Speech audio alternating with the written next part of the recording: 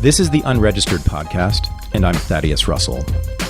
This is a show about ideas, people, and behaviors that are considered inappropriate, out of bounds, or beyond the pale. The things you're not supposed to talk about if you're a school teacher, a college professor, a businessman, a politician, a parent, a neighbor, or even a podcast host. These are the things you're not supposed to say or even think if you're a good liberal, a good conservative, or a good citizen. Each week, I'll interview a person who has something bad to say. They might be a journalist or a professor. They might be a porn star or a drug dealer. They might just be an ordinary person with an ordinary job who doesn't care about the rules of polite society. I'm not interested in breaking the rules just to be a troublemaker. I'm interested in people who break the rules of conventional thought and to expand the scope of what is possible to say in our society. I'm interested in people who make me think. As many of you know, my unconventional ideas and my unwillingness to be quiet about them have made it impossible for me to have a career as a regular professor. And frankly, the more that I share my ideas with people outside academia, like with this podcast, the less I want to be a regular professor. I'd much rather do this than say all the things you're supposed to say to get tenure. The amazing response to this show has made it possible for me, for the first time in my life, to have a career where I no longer have to worry about what the people who run universities think about me. But right now, that's only a possibility. So if you like this show and want to keep it going, and you want to make this adjunct professor into a former adjunct professor, I need your help. I've started a program for supporters of the show. You can join it at unregisteredlisteners.com. If you make a contribution, you won't just be helping the show, you'll also be joining an online community that I've created, where we can all talk to each other, and you'll receive gifts of unregistered merchandise, access to archived episodes, transcripts of the interviews, autographed copies of my books, access to webinars on history, politics, culture, and philosophy, and a free download of my 11-part lecture course on a renegade history of the United States. I really hope you can join me in this remarkable project, and thanks for listening. I know this week's guest both intimately and not at all, which is to say that our relationship is very much like the relationships of the characters in her book. Rebecca Schiff is the author of The Bed Moved, which is one of the finest and most renegade works of fiction I have ever read. It received glowing reviews in the New York Times, the New Yorker, the Atlantic, and the Nation. It's hilarious, heartbreaking, and a devastating critique of middle-class American life, both in the leafy suburbs where she grew up and in the bars and bedrooms of hipster Brooklyn, where she decided to go very much her own way. When we talked, Rebecca sort of turned the tables on me. Her questions about my life and my relationships brought some things out of me that I've never discussed in public. I think I'm supposed to care, but I really don't.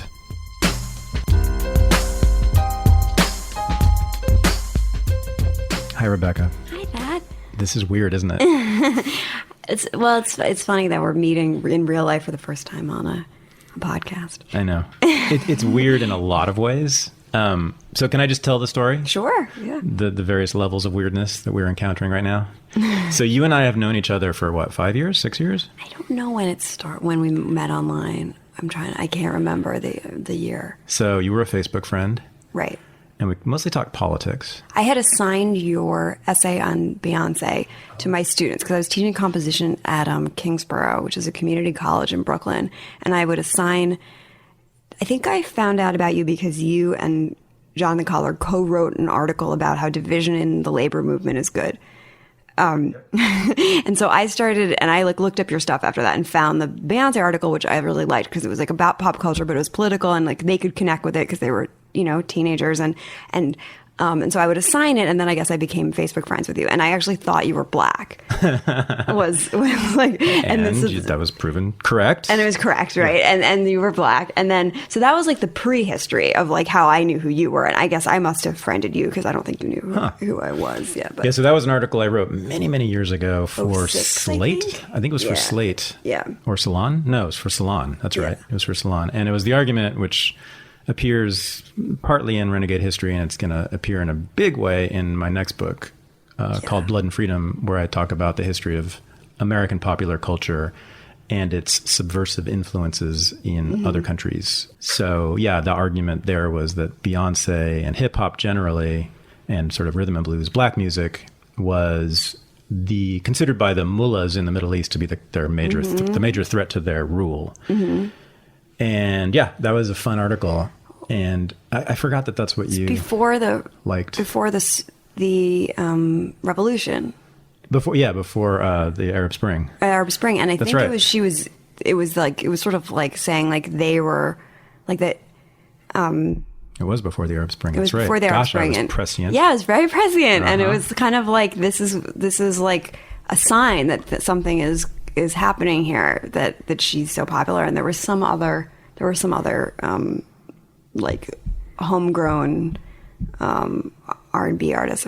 There were and are a lot of pop stars in the Middle East who are sort of neither American in their style nor Egyptian or Saudi. Right. It's a hybrid style, right. Which is, they clearly are borrowing from people like Beyonce, but they also sing in Arabic, and they sing about, the lyrics are not exactly American, and those are huge stars. They are the Beyoncés of their countries, and they often get censored and often are considered to be the problem with our country, say the religious leaders. So yeah, Beyonce will win the war on terror, not the 82nd Airborne. Yeah, that was the kind of the argument. And look at her now. There you go. Look at her now. Look at them now. Okay, so enough filibustering. Okay. We're going to get to this. Okay. The strange thing between us. There's a few strange things. So, all right. So you liked my article, and then we friended each other on Facebook. And you had, as a professor at Wesleyan, Jonathan Cutler, you mentioned just now, who was a very good friend of mine, who, a lot of people don't know this, but a lot of the ideas that I have are really developments of his ideas that he... I met him in the late 90s. We were both graduate students, and I was struggling at Columbia and in New York City with the left, and I didn't like the left. I was really uncomfortable with it. I didn't know why exactly, and I had some ideas about politics that were contrary to the left, but I was getting in trouble, but I just couldn't put it all together. And he just sort of gave me a key and said, "Here, put this in the lock." And I did that, and it just everything started to make sense to me. And I realize now that was the beginning of sort of my new career. I had sort of a different career earlier as a labor historian, social historian, socialist, et cetera. And the Thaddius Russell that most people know now really got his start from long conversations with your professor, Jonathan Cutler, who was in sociology at Wesleyan. So that was another connection we had. And so we became Facebook friends, and we talked about politics on Facebook for a while. I was in the midst of a horrendous relationship at the time. I had been divorced recently and was with a much younger woman, and it was completely toxic, and I was dying. And then I broke up with her. Yes. And then you and I remember, I think what happened was I posted on Facebook one day, and this was true. I remember this. Is this right? Yeah. I heard my neighbors having an orgasm. Yeah. Yeah, that's true. I think that was the beginning. Yeah. Of a new phase in our relationship. So I just said on Facebook, I made a joke because I heard. You also posted that you and your girlfriend had like broken up or something. Oh, okay, yeah. So I was like up to date. So basically, we started sexting, I guess. But first, we started we were like chatting, and then it became sexting. Is that what it's called? I was going to ask you that. I don't know. It's definitely called sexting. Yeah. Is it called sexting? What we did? But it was only. I think it was mostly using Facebook messages. Yeah, it was all on Facebook. It's not texting, which is where sexting comes from, but it was like, I think it all falls under the rubric of sexting. But we also had like talked about our lives and stuff. We weren't like, it wasn't like just a sexting thing. But then you were also getting together with your girlfriend, who's still your girlfriend, around the same time. And then we were supposed to meet and like go live with our sexting, but that didn't happen. Yeah. Who chickened out? You did. I did. You definitely did. I did. Because I was going to this wedding actually with my family, and I was like, oh, it's so annoying. I have to go to this wedding, but like I'm gonna like get to meet Thaddius Russell and like maybe have sex instead of like just being stuck at this wedding. And then you bailed, and I was like, at the wedding being like, I'm so upset. Like, I just wanted to like, I was really upset because I had been like sort of using it as my like out from all these obligations as something that I would get to look that's forward. all I was to you? No, it was more than that. It was more than that. It was exciting. I think at that time I was beginning to like understand that I sort of like, which came more clear to me later, that I was like I'd always sort of had crushes on like older guys and on professors, probably Jonathan Cutler included. But I was like started realizing that was like a thing I was like interested in. And since our thing, like I did kind of like get to like have an affair with an older guy. And, it didn't end well, actually, the real thing. Mm-hmm. And now I'm with someone who's like younger than me. And so. Oh, really? I didn't know that. Yeah. Only like a year and a half younger. But I think like I don't know. I think that I'm not sure exactly what it's about, but I think it was about maybe being seen a certain way and wanting that the status of being with a professor or an academic, or I don't know if it's about status for me, maybe, but I think it was more about like wanting the brain connection to combine with the attraction and stuff. And like I'd always been kind of trying to put those two things together. Yes. And trying to figure it out. So I think that and also just looking for smart people to know. So I think that was like it did mean something to me, because you were sort of seeing both levels of me, that I was like intelligent and that I was cute and sexy. Yeah, so we were having this sex thing. So now everybody knows everything about me. I think I can now retire, right? I think we're done here. I've now revealed pretty much everything there is to know, so which is good. Right now you and I, no one can attack us anymore, right? We have this total shield. We're invulnerable to all attacks. There's no shame anymore. No one's running for office, so it's not. That's for sure. It's not. Certainly not after this. Not after this, no. So, yeah, I have to say that sexting with a brilliant writer is not the worst sex you will have. Yeah, it's an art, the art of sexting. I will also say that there's some logistical issues with it, right? Because you're typing. Sometimes you're sending another. I can like refer to other. I don't know if you've ever sexted before or since, but I have. And sometimes there's like video components. Oh. And you're advanced. I'm advanced. There's like live. You can do it live, like just on like video chat. But then sometimes it's like typing mixed with like sending pictures and sometimes recordings. Like it's very multimedia. And I do like it. I don't know. It's sort of like, and you were going to bring this up actually about distance, which is a topic in The Bed Moved, which is a book, that I wrote, which is that I think that something about like I was sexting with this guy in Brooklyn for like years. Like we actually had sex once and then he lived like in Williamsburg. And you both lived in Brooklyn. Yes, he lived in Williamsburg and I lived in Prospect Heights, and we were literally those people never talk to each other. Too lazy to ever get together again. So we just sexted for like years. We probably wouldn't have kept like we probably wouldn't have been able to go for years with whatever connection we had like otherwise. But it does have this, you don't have to be self-conscious or deal with the human component of interacting. I guess. Smells, fluids, showering, and all that. All bad that breath. Stuff. What do you do in the morning? Right, the next morning, all that awkwardness. Right, all that. Do you just walk out? Do you have breakfast? Do you talk? What do you say? Right. It's very casual in this. And you and I wouldn't call it romantic, but we certainly talked a lot about each other, not just the sexual stuff, but I got to know you pretty well. And I think you got to know me very well, right? I did, yeah. We talked a lot about a lot of stuff that was very intimate, right? Right, yeah, I know about your family. Painful stuff, right? Yeah. And all right, so yeah, there you go. I'm now done. I'm now revealed everything. Grown-ass man sexting, masturbating while typing to a woman in Brooklyn. So I was in Los Angeles. I was an adult. I mean, I know. I was like just a young 33. My point was that I was a grown-ass man acting like a teenager. So you were in Brooklyn. I was in Los Angeles.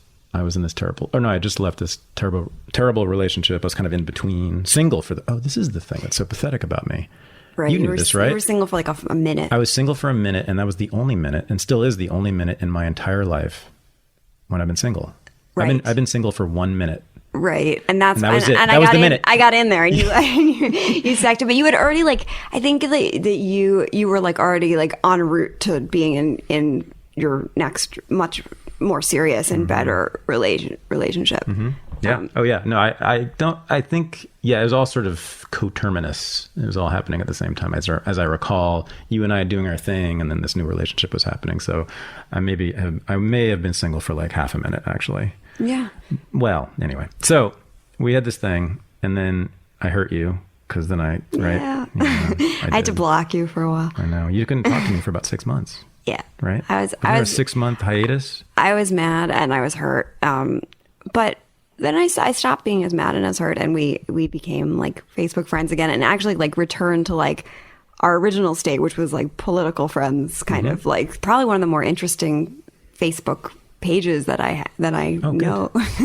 and like I need that too, actually, it like was sort of like, and I'm very excited to also like to sort of see behind the curtain of like that Facebook persona. Yeah. Oh, so by the way, I don't know. He's very skinny. Okay. And she's very small. Skinny guy. Very small. Do people know that we're sitting in my house in Salem, Oregon? Did I say that? I didn't say that, did I? No. Yeah. So that's another weird thing here. You're the first interview I've done in this house. Where do you usually do it? All over the country. I've been in Portland. I've been in Los Angeles, New York City. Yeah, you name it. I also recently moved to Oregon. Yeah. Sorry, you're going. Hang on, you're stealing my story. I know you're the amazing storyteller, but let me finish, and then you can correct me. Okay. So yeah, we start talking about politics, and that's really all I guess we've talked about personal stuff. The sexual part of our relationship disappeared entirely, as I recall, but we started talking about politics, and you were very curious about my politics, and I could see that your ideas were moving toward mine in some ways, right? And that was exciting to me. So I thought you were really cool for that reason, super smart. But you were teaching creative writing at Kingsborough Community College. I was teaching composition. So that actually, we assigned a lot of nonfiction. And then in the past few years, I've taught fiction more. But anyway, but you were interested in politics and you had interesting ideas about politics, but you were not one of these political public intellectuals in my world, right? Mm-hmm. You were in the sort of intellectual world, but of the literary variety. Mm-hmm. And we're doing that kind of writing. And I thought that was cool, but I read some of that stuff, but I'm not really of that world. So I'm telling you that I feel like an asshole because I kind of liked having you as a friend, and I loved talking about politics with you. And I have to say it was enjoyable to see you change your ideas according to mine. Not that you became a clone or anything, but just that I was having an influence on you politically. No. And also you were sort of in the belly of the beast. You were in Brooklyn and you had these ideas that you're not supposed to have in Brooklyn. And you were telling me about how you would go to parties with these hipsters and with their beards, and you would tell them these ideas and they would freak out. And I loved that. And it felt like I had one person, like I had one agent, a mole, one mole was working for me in Brooklyn, and you were it. So anyway, then it's hard to be a representative. People get very angry. Oh, I know. Really? I've never noticed. I can't handle it. Like I had to sort of stop arguing those points because people get too angry. So we're definitely going to talk about that. So then you started writing short stories. No, I'd been writing stories way before. Sorry, you started writing a particular collection of short stories, right? The stories I was working on, a lot of the stories, some of them I had been working on stories. I went to grad school for fiction from 2004 to 2006. And you went to Columbia. I went to Columbia and began to take myself more seriously as a writer there. So I think that my literary sort of life, I also got the book deal in 2014. The book didn't come out until 2016. So there was all these sort of delays in terms of when it became public that I had been doing this, but I had been doing it for a while. Well, I became aware of your writing, I don't know, a few years ago, and I guess you had published them in literary magazines, and I read like a little snippet, and I knew that these were good literary magazines, and so I assumed you were a good writer. But I have to say, I never really read much of you, so I just assumed this stuff. And then I moved to Salem, then you moved to Oregon, and so I said, hey, let's have Rebecca on the podcast because she's smart and she has interesting political ideas. And she has this book out. So you get this book deal. And this is the other thing I'm embarrassed about. I was advising you. I was telling you how to be an author and how to get publicity and how to get was an the agent. Publisher of the No, I know. So it's we did have the same publisher. Yeah. Well, but so anyway, the point I'm getting to is that the other thing I'm embarrassed about is that I didn't read your book until last night. And you hated it. I was sitting on my couch last night, and on the first page, I think it's 2 paragraphs into it, I laughed out loud. And I said, oh, wait a minute. This can't be. Am I just laughing because she's my friend? It can't be that good. Now, you had gotten all these amazing reviews. The New York Times, The Atlantic, The Nation, The New Yorker, Los Angeles Times, Oprah. People love this book. You were getting these rave reviews. And so I thought, well, she must be good. And this is the reason I wanted to have you on the podcast. Second page, I'm laughing out loud again. And then I'm feeling sad on the third page. And then I'm laughing out loud again on the fourth page. And then on the fifth page, there's this incredible political insight. And it just keeps going. And the prose is so crisp and economical and to the point and direct. It's stunning. It's brilliant. It's totally brilliant. And I felt humbled. And I felt like, you asshole, you should have been reading this a long time ago. And you should have been reading books like this instead of all these political texts and texts about history and philosophy. Because when I read books like yours, that's what I think. I think, what am I doing with my life? Why aren't I reading short stories and fiction more? Because these people are smarter than I am. They are. Novelists, I believe, are the smartest people on earth. And you're not technically a novelist, but you are a fiction writer. It's the same thing, essentially. I think you're smarter than all of us who work in politics. I do. I mean, on the one hand, I agree, and like that's why I'm good. I like think fiction is the best thing, and I and the thoughts that go into it, and like I'm like, yeah, it is. Everyone should be reading fiction and see. That is how when I was a kid and I was a reader, that's like what helped me understand the world, and it's still like where I return to. At the same time, if you follow any of these fiction writers on Twitter or social media, you'll see they have sometimes really boring politics. I know. And that's always an interesting like sort of like division where like someone who is writing this book that's so radical in a lot of ways. So I just read this book called Afterbirth by this woman Elisa Albert, which is a very brutal, honest thing about like what it's like to have a baby and be a woman, and like just kind of like she does not holding anything back, I actually don't know what her politics are like on Facebook, but like just thinking about like someone could do that and then still have sort of just kind of like run of the mill and think that Hillary is great. Yeah, like I definitely like know a few like they're usually not as worshipful. Think that Bernie's great. Sometimes they like Bernie. I'm like they're less like into that. They're more like, what are we gonna do? Like they feel very upset. Like It's more like Is it that they're part of the religious thinking that goes on the left, right? And there's good and evil, and those are the good people, or we're the good people and those are the bad people, and we must fight the bad, and I mean, it's that kind of thing. Not when you read what they're writing. No, I know. But like I think that's also just sort of the polite kind of way to be socially, maybe, and that that's interesting. A fiction writer the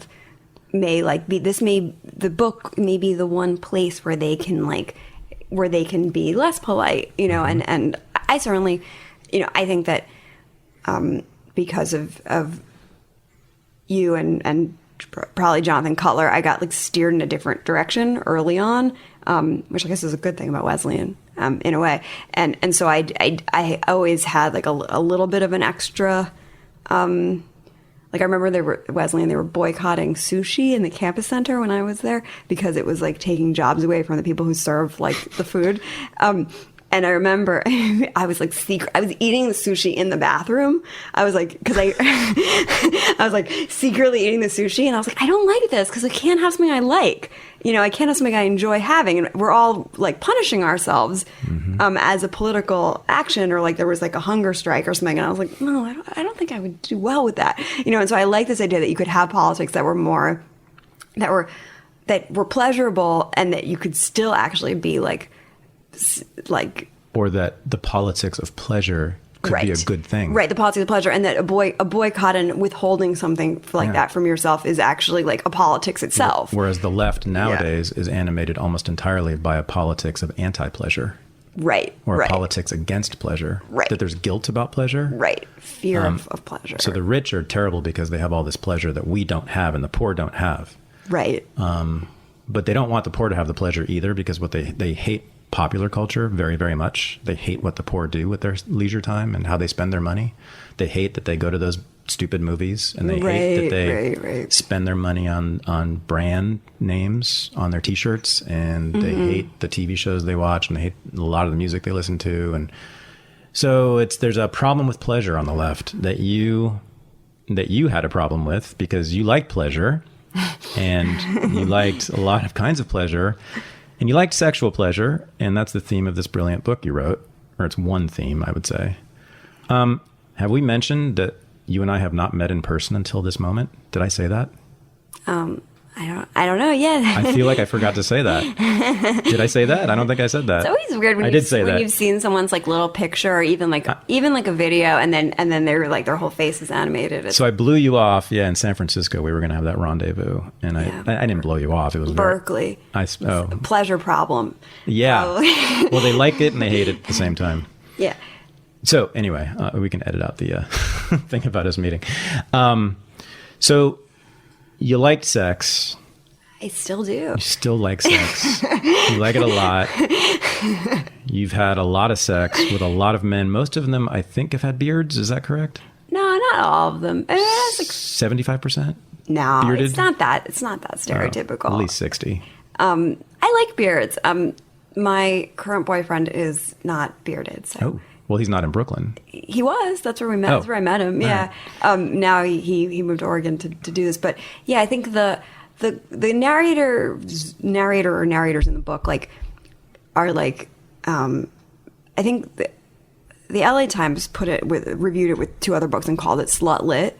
And that was that's been a question I get now at every reading I've done, which is how do you feel about that term? And of course, I love it. I think it's really I was very tickled by that, by when they did that. And I think, but what's complicated because it's fiction is that the narrator and human beings, casual sex is complicated, and it's pleasurable, but it's also it also can be sad or lonely. And I think that's that's sort of where, actually the first story in the book, which is called the story itself is called The Bed Moved. I remember I had a therapist, and I was young. I was 22, 23 maybe. And I was starting to have a lot more casual sex. I lost my virginity late, which is why I had to catch up.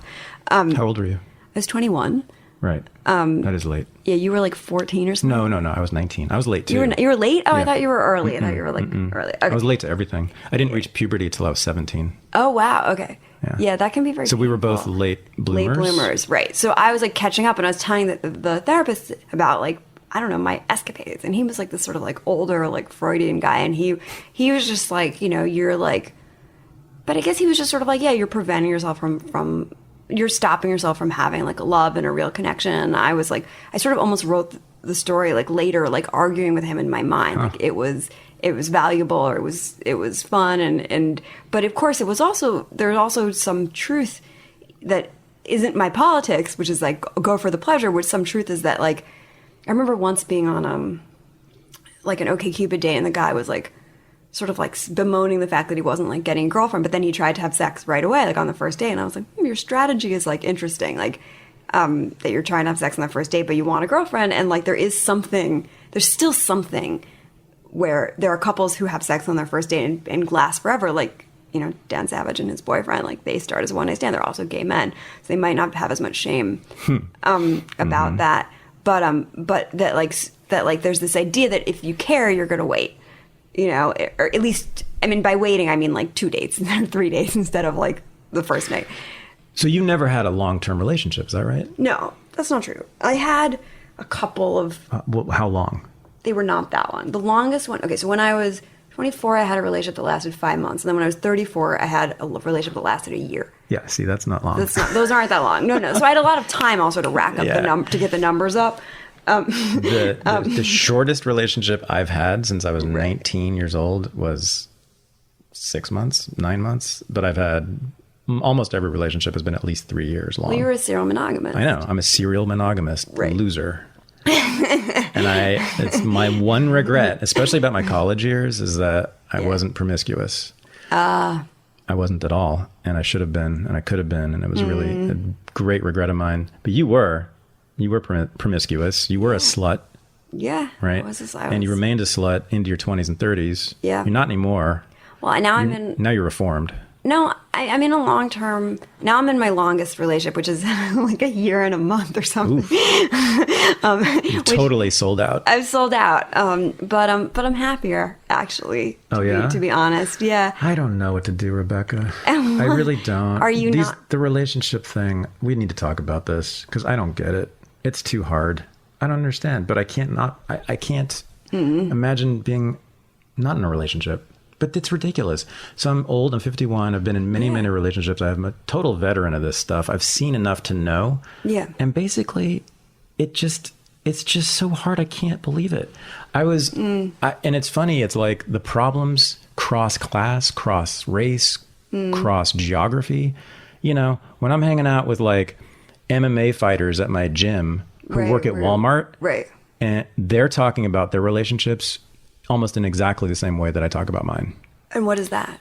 That they're just screaming at each other and that they don't understand women and their girlfriend is mad at them all the time and they can't figure it out and they can't communicate and their girlfriend thinks differently than they do. They're interested in things. The girlfriend's interested in relationships. The girlfriend wants them to text all the time. They don't. They think they're doing everything just fine and they show up and she's pissed off. It's all the same story.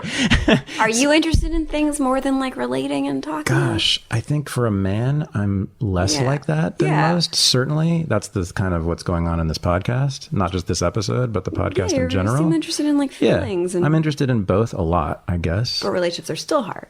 Yeah, that's my point.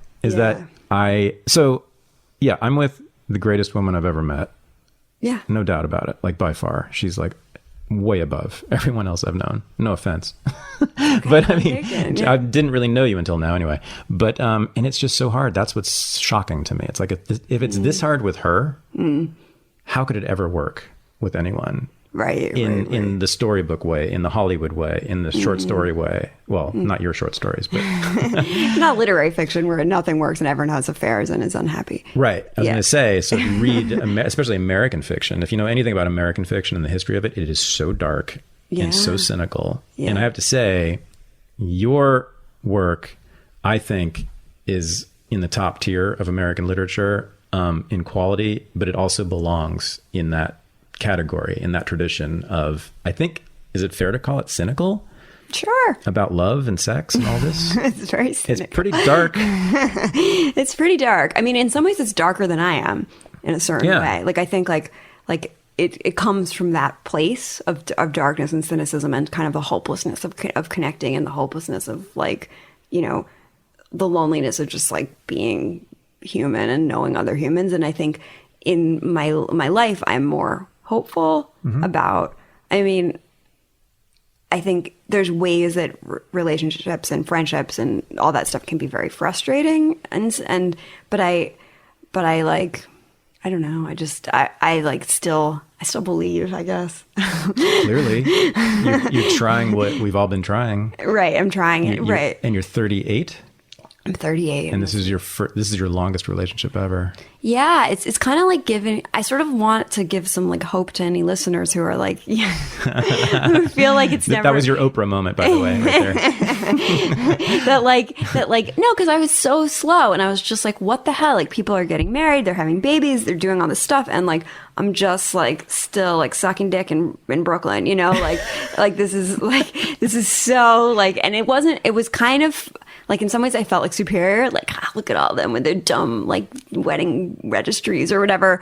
And I still have mixed feelings about getting married. Actually, weddings are terrible. Yeah, they're terrible. They're horrible. You have some devastating stories about weddings. There's one in particular in your book that's just incredible. Men Against Violence. Yes. Yeah. Oh my God, that's the greatest story ever. There's so much in that story. I thought you might like that one. Oh man, it's just an incredible critique of weddings and campus politics and sort of left politics generally. And oh man, is it good? Everyone should read that immediately.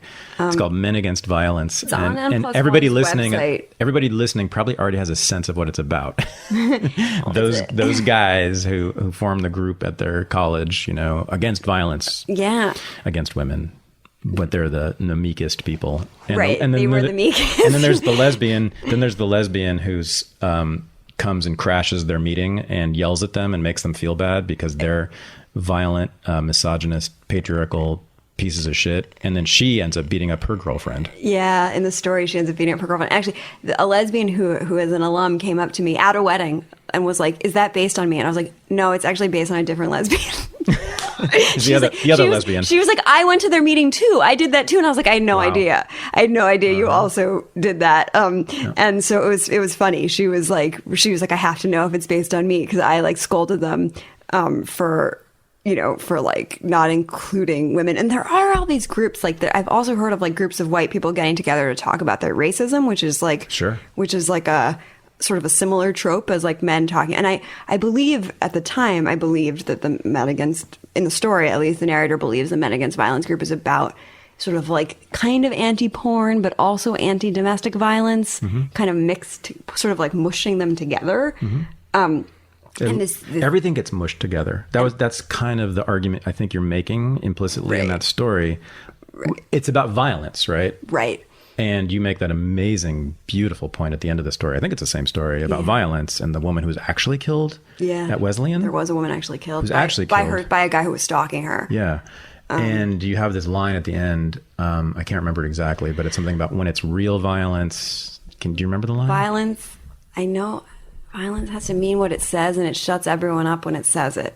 Yeah. That was, I think, the last. Yeah. I memorized the whole book. No, I mean, it's genius. You know, it's sort of like, because what you make the point in the story, and everybody who's been on a college campus knows this, that on college campus, all sorts of things get conflated with physical violence, right? Right. Which is this perversion of this postmodern idea that language is power. Right. That discourse is power. So Foucault and company certainly did make that argument, but they wouldn't ever say, I don't think, that kind of violence is identical to physical violence, that there is no distinction to be made between the two. Right.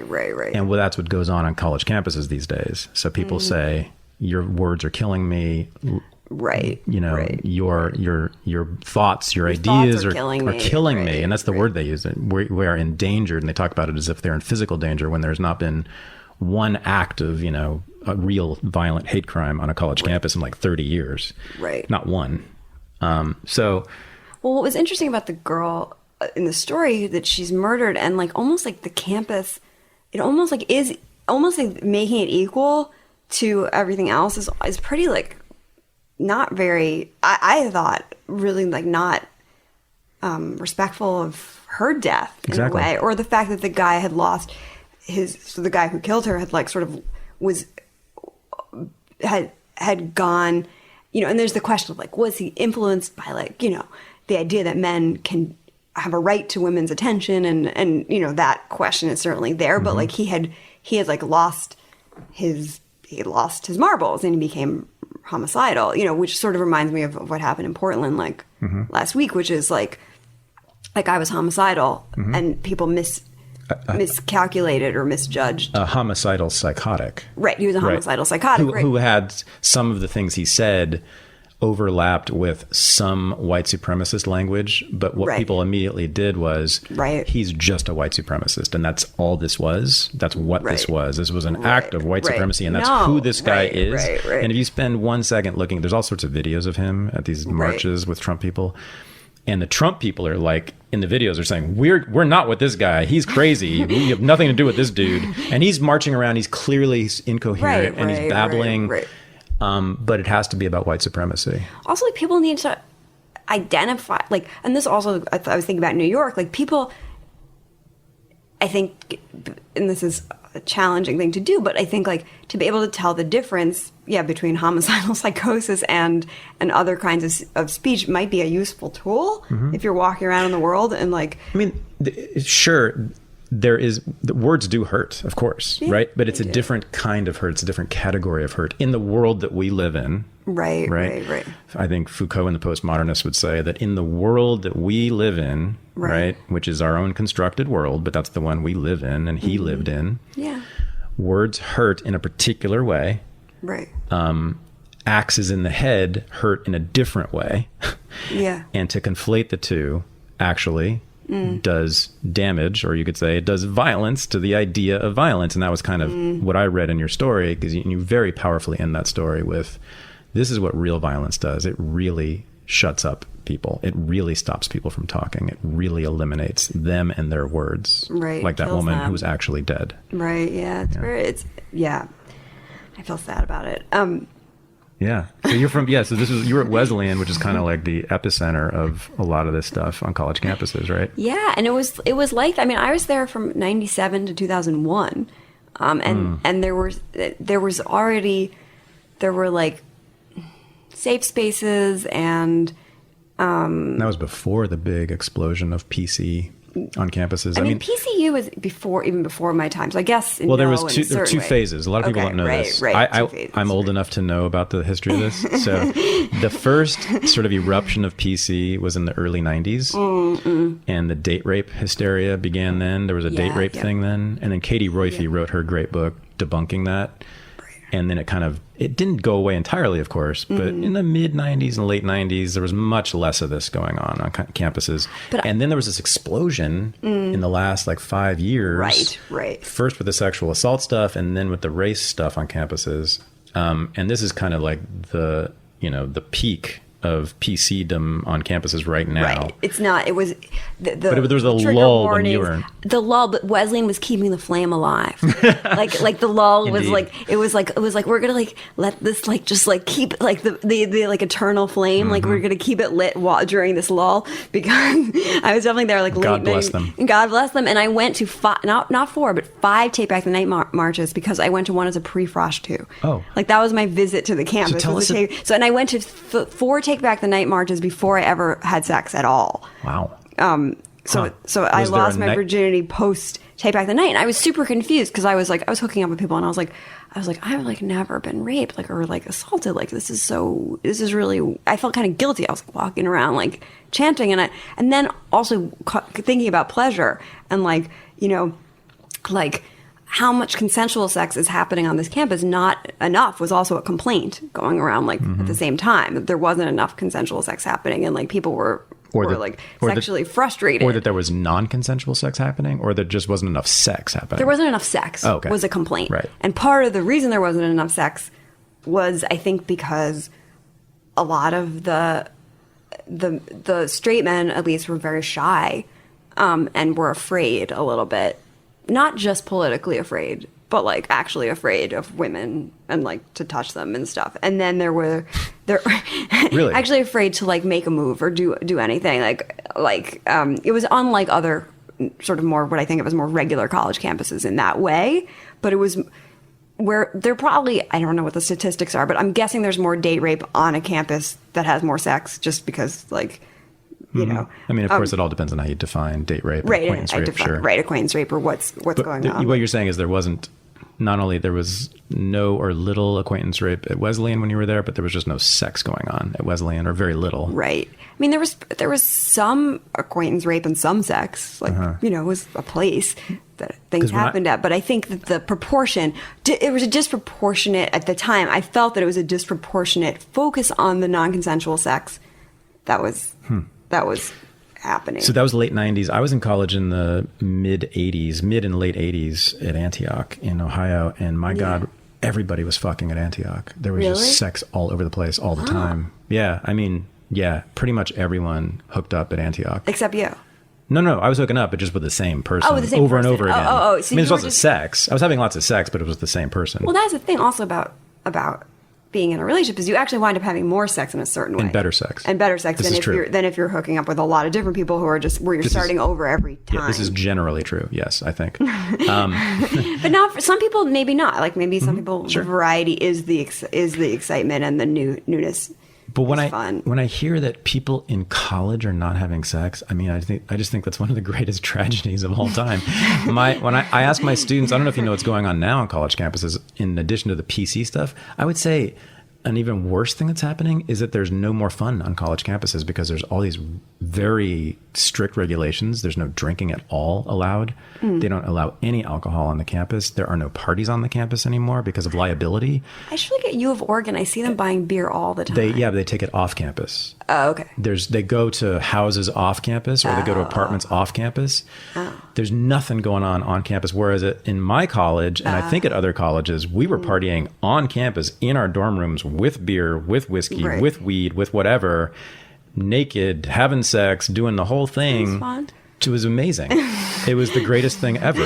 It was heaven, except when we lost our minds and had PC, witch hunts. But fortunately, there was much more of the naked hippie running around smoking weed. That was there at Wesleyan too. There was naked weed stuff. There was a naked party I went to. But not a lot of sex though. Not for me. Maybe other people. Everybody hooked up in my college. Right. Everybody.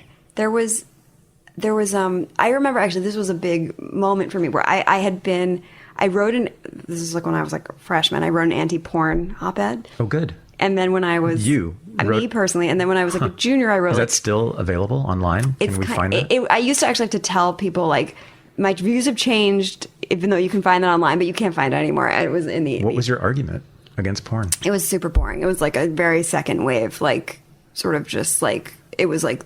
Those women are people. We see them as objects. Like it was pretty like I actually should have written. My views had changed writing the article. My views changed because I started to actually watch porn to research the article, and that was when I was like, oh wait, I'm actually like, I just watch porn. So maybe I should like correct that. But I was too embarrassed almost to write like a correction. Like now I think porn is okay. Like so wait, you were anti-porn and you watched porn to do research. To research my anti-porn and then got turned on by it. Yeah, I got turned on by the porn. And I started just like I started watching porn like a person. And we also had our computers in our dorm rooms for the first time. It was like this was 97. Danger. So danger. So I think a lot of women actually began to watch more porn because they didn't have to go into the store and buy it and like face the weird guy, the weird dude, or the judgment in the store. So that's like a. Do we know the numbers on this? I'm curious. What do you think?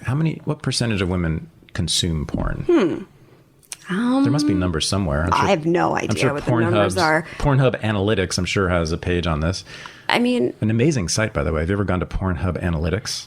No, but I should. I would like to. They do all this research on porn consumption globally. It's awesome. Oh, yeah. I think I did actually read some analytics recently, which was really... had some things that surprised me. Yeah. Like globally, right? That like some countries are like really into blowjobs and some countries are like totally not. Exactly. Like and then the really cool stuff that I've been studying or thinking about a lot lately is trends and subgenres of porn. So one of the fastest growing trends and one of the fastest growing subgenres in porn in the recent years is BBW, big beautiful women. Oh, okay. And we're talking women who are more than 200 pounds. We're not, when they say big, they're not playing around. Well, that's fighting some other thing in the culture. Well, I know. And these are stars. These are women who get, 1 million or 2 million views of every video they do, that this is their sole income. They are big stars. And beautiful stars. A lot of us like that. Yeah. Yeah. But anyway, so Pornhub tracks this. Everyone should go to Pornhub Analytics. And I'm on a campaign to make Pornhub Analytics into like one of the go-to sites for our information. So you wrote this op-ed for the Wesleyan Argus, I take it? Yeah. The infamous Wesleyan Argus. Westspeak is what they're called. Westspeak? Oh, like WES and speak, the word speak. Everything at Wesleyan has to have Wes in front of it, so Westspeak. Oh, I thought it was the Argus. No. The Argus is the newspaper, but the op-eds are called Westspeak. Gotcha. Like you speak. So the Argus recently was like a year ago when they banned or they defunded the Argus because someone wrote... I wrote a letter that got tracked. Some guy at Wesleyan wrote an op-ed that was just simply critical of Black Lives Matter. Yeah. And, you know, you didn't have to agree with it, but it was just rational arguments against Black Lives Matter. Or really, it was pretty soft, actually. It was soft. There was no name calling or anything like that, and certainly nothing racist in it. But they defunded the newspaper because of that. They funded it. Now it comes out once a week. It used to come out twice a week. Yeah. So they cut the funding. And I wrote and the Argus also, the editorial board wrote an apology, which I found like almost like that's freaky. Worse. Yeah, what? That's worse than cutting the funding. Yeah, that part was worse. So I wrote a letter which actually was picked up by a conservative. I wrote a letter being like, I'm like in support of Black Lives Matter, but you guys are a newspaper. Don't ever apologize for printing anything. Like I was an editor on the Argus. I was the features editor. Or maybe I was the opinions editor. I can't even remember now. It shouldn't have come out twice a week. It was too much for the paper. So that part of me thinks like it's okay that it comes out once a week because it was a small staff, but a small campus. But the principle of it, I don't agree with. Apologizing for printing ideas. Yeah. I was. That's all it was. Yeah, it was an apology. It was like it freaked me out. I did not like that, and I sort of wanted to like go there and like talk to them because it's my newspaper. Good luck. I don't know. It's rough out there. I think the ship is sinking. Well, this is my question for you. Yeah. On like an emotional level. Sure. Like, you're out there saying this kind of stuff and people, I see that there's like opposition and I had to like back off because I just couldn't take it. Like I couldn't take every time like I put something, now I sort of do an opinion in like a way that doesn't make people as mad anymore. I just kind of like make it, but I just couldn't take it because I'd spend the whole day arguing with people on a thread. Like I didn't have any self-control about that. And I wonder, like, do you think it affects you to be arguing all the time with people who are like not budging? Yeah, it ruins my life. Okay. No, I'm not kidding. Have you thought about like so I stopped doing it. But you still post like I post stuff, but I don't argue with people. You don't argue, right? Yeah. So you just let the argument happen. Very occasionally, I will argue in a sustained way with someone on Twitter, right? Only if they're famous.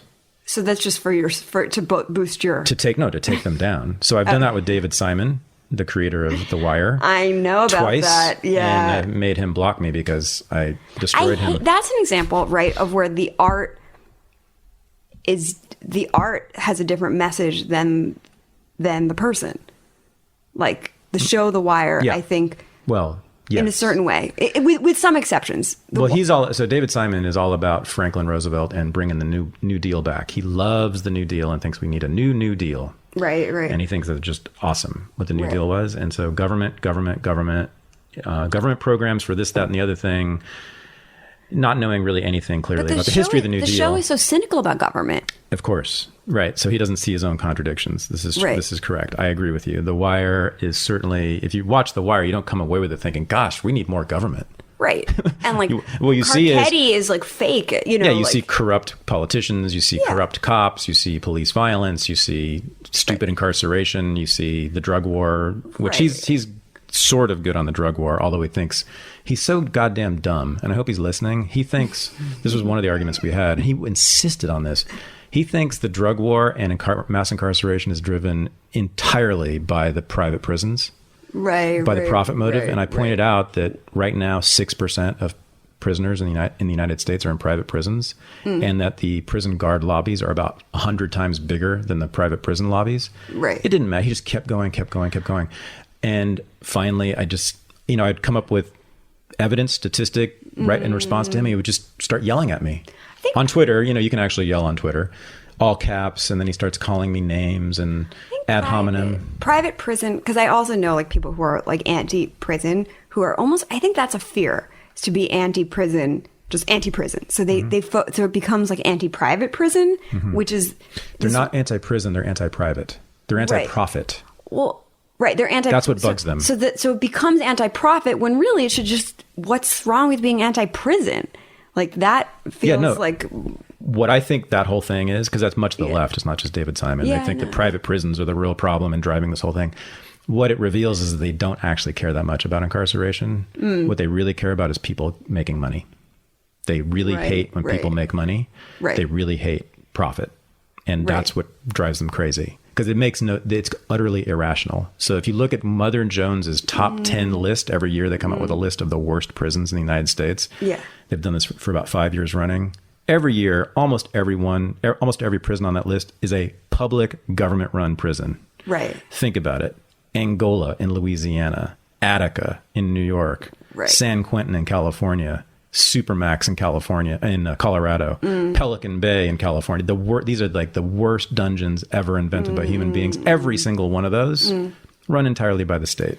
See, I think I'm when I think about like that people don't like, I think that some people on the left, I think this is where the confusion is. I think some people on the left are upset about profit. But I think that some of it is just the habit, like, I don't know what to call it, the habit of like checking that box, almost because I think some people are truly bothered by prisons, but have to like then, like I have a friend who's a very compassionate person, and I think like she would probably she would cry, she would cry if she saw what was going on in a prison, like, but she will focus on the private prison aspect because that's the discourse.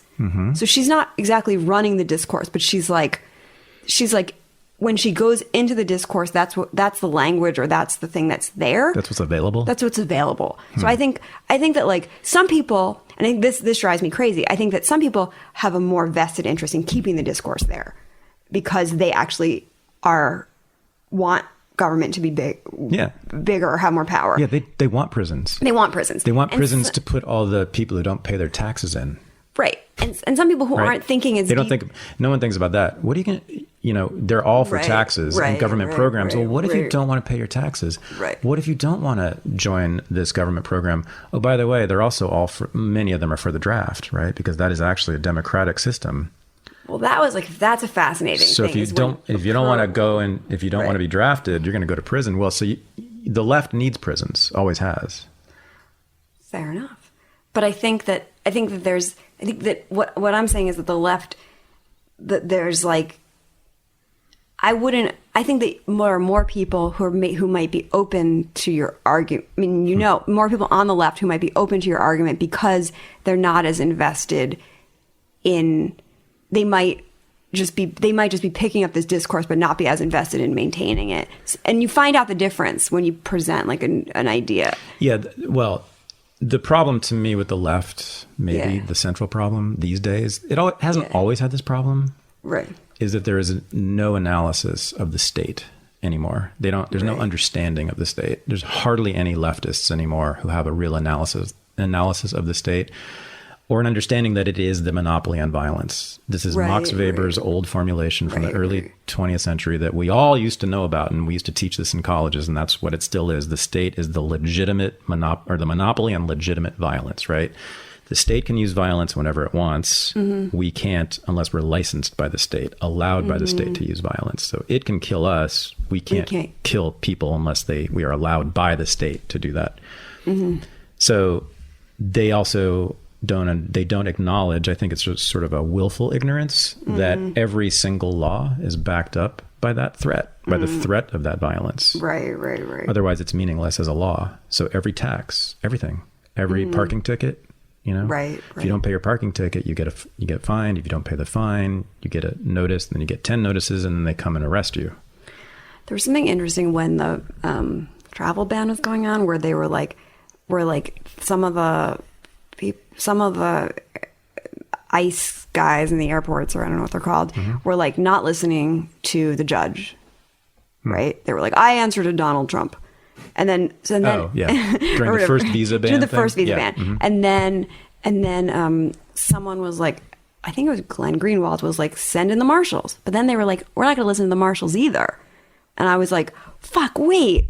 I was like, oh my God, if they don't listen to the marshals, then like the law is like, is not backed up. Or then the marshal was like, I'm not going to enforce the judge's order. Right. And then so I was thinking about the state then at that moment. And I was like, oh my God, wait, maybe I want checks and balances. I don't know. I'm so confused right now. Like I want like at least the state power to be like spread out, I guess. But I think what you're saying is even deeper, which is that even if it's spread out, it's still like... It's still the monopoly. It's still prisons. It's still cops killing people, or at least threatening to kill people. Otherwise, there ain't no laws.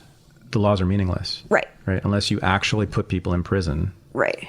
And threaten to use the gun if they don't comply with the law. Right. The visa ban thing, we can do this quickly, but like the thing there is it was the executive versus the legislative, essentially, right? And so, and the judicial. If you're an anti-statist like me, then it's all bad, right? Or it's all at least all problematic. Right. But the executive is worse because it's one guy, right, who controls it. Right. That wing of the monopoly on violence. So Trump can, as we speak, kill 1 million people. You know, in this moment, he can press a button almost literally and kill 1 million people. Right. He can deploy the military anytime he wants. Congress, fortunately, takes a lot longer. It's much harder for them to do stuff. They can do stuff equally bad, but it just takes longer. So generally speaking, our preference is for it to be in the legislative, right? Yes. I see I think that I became afraid for like a few days, and this wasn't it something?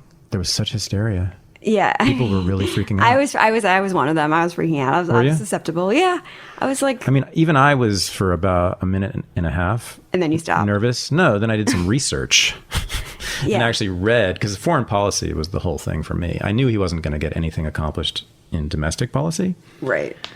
But foreign policy, he could, as I've said, he can go kill a bunch of people anytime he wants. So I just read up on him very quickly, election night, because I had not, like everyone else, I had assumed he was going to lose. And then when he won, I immediately went to Google and I researched all of his foreign policy advisors and found that most of them, certainly at that time, were essentially non-interventionist except on radical Islam.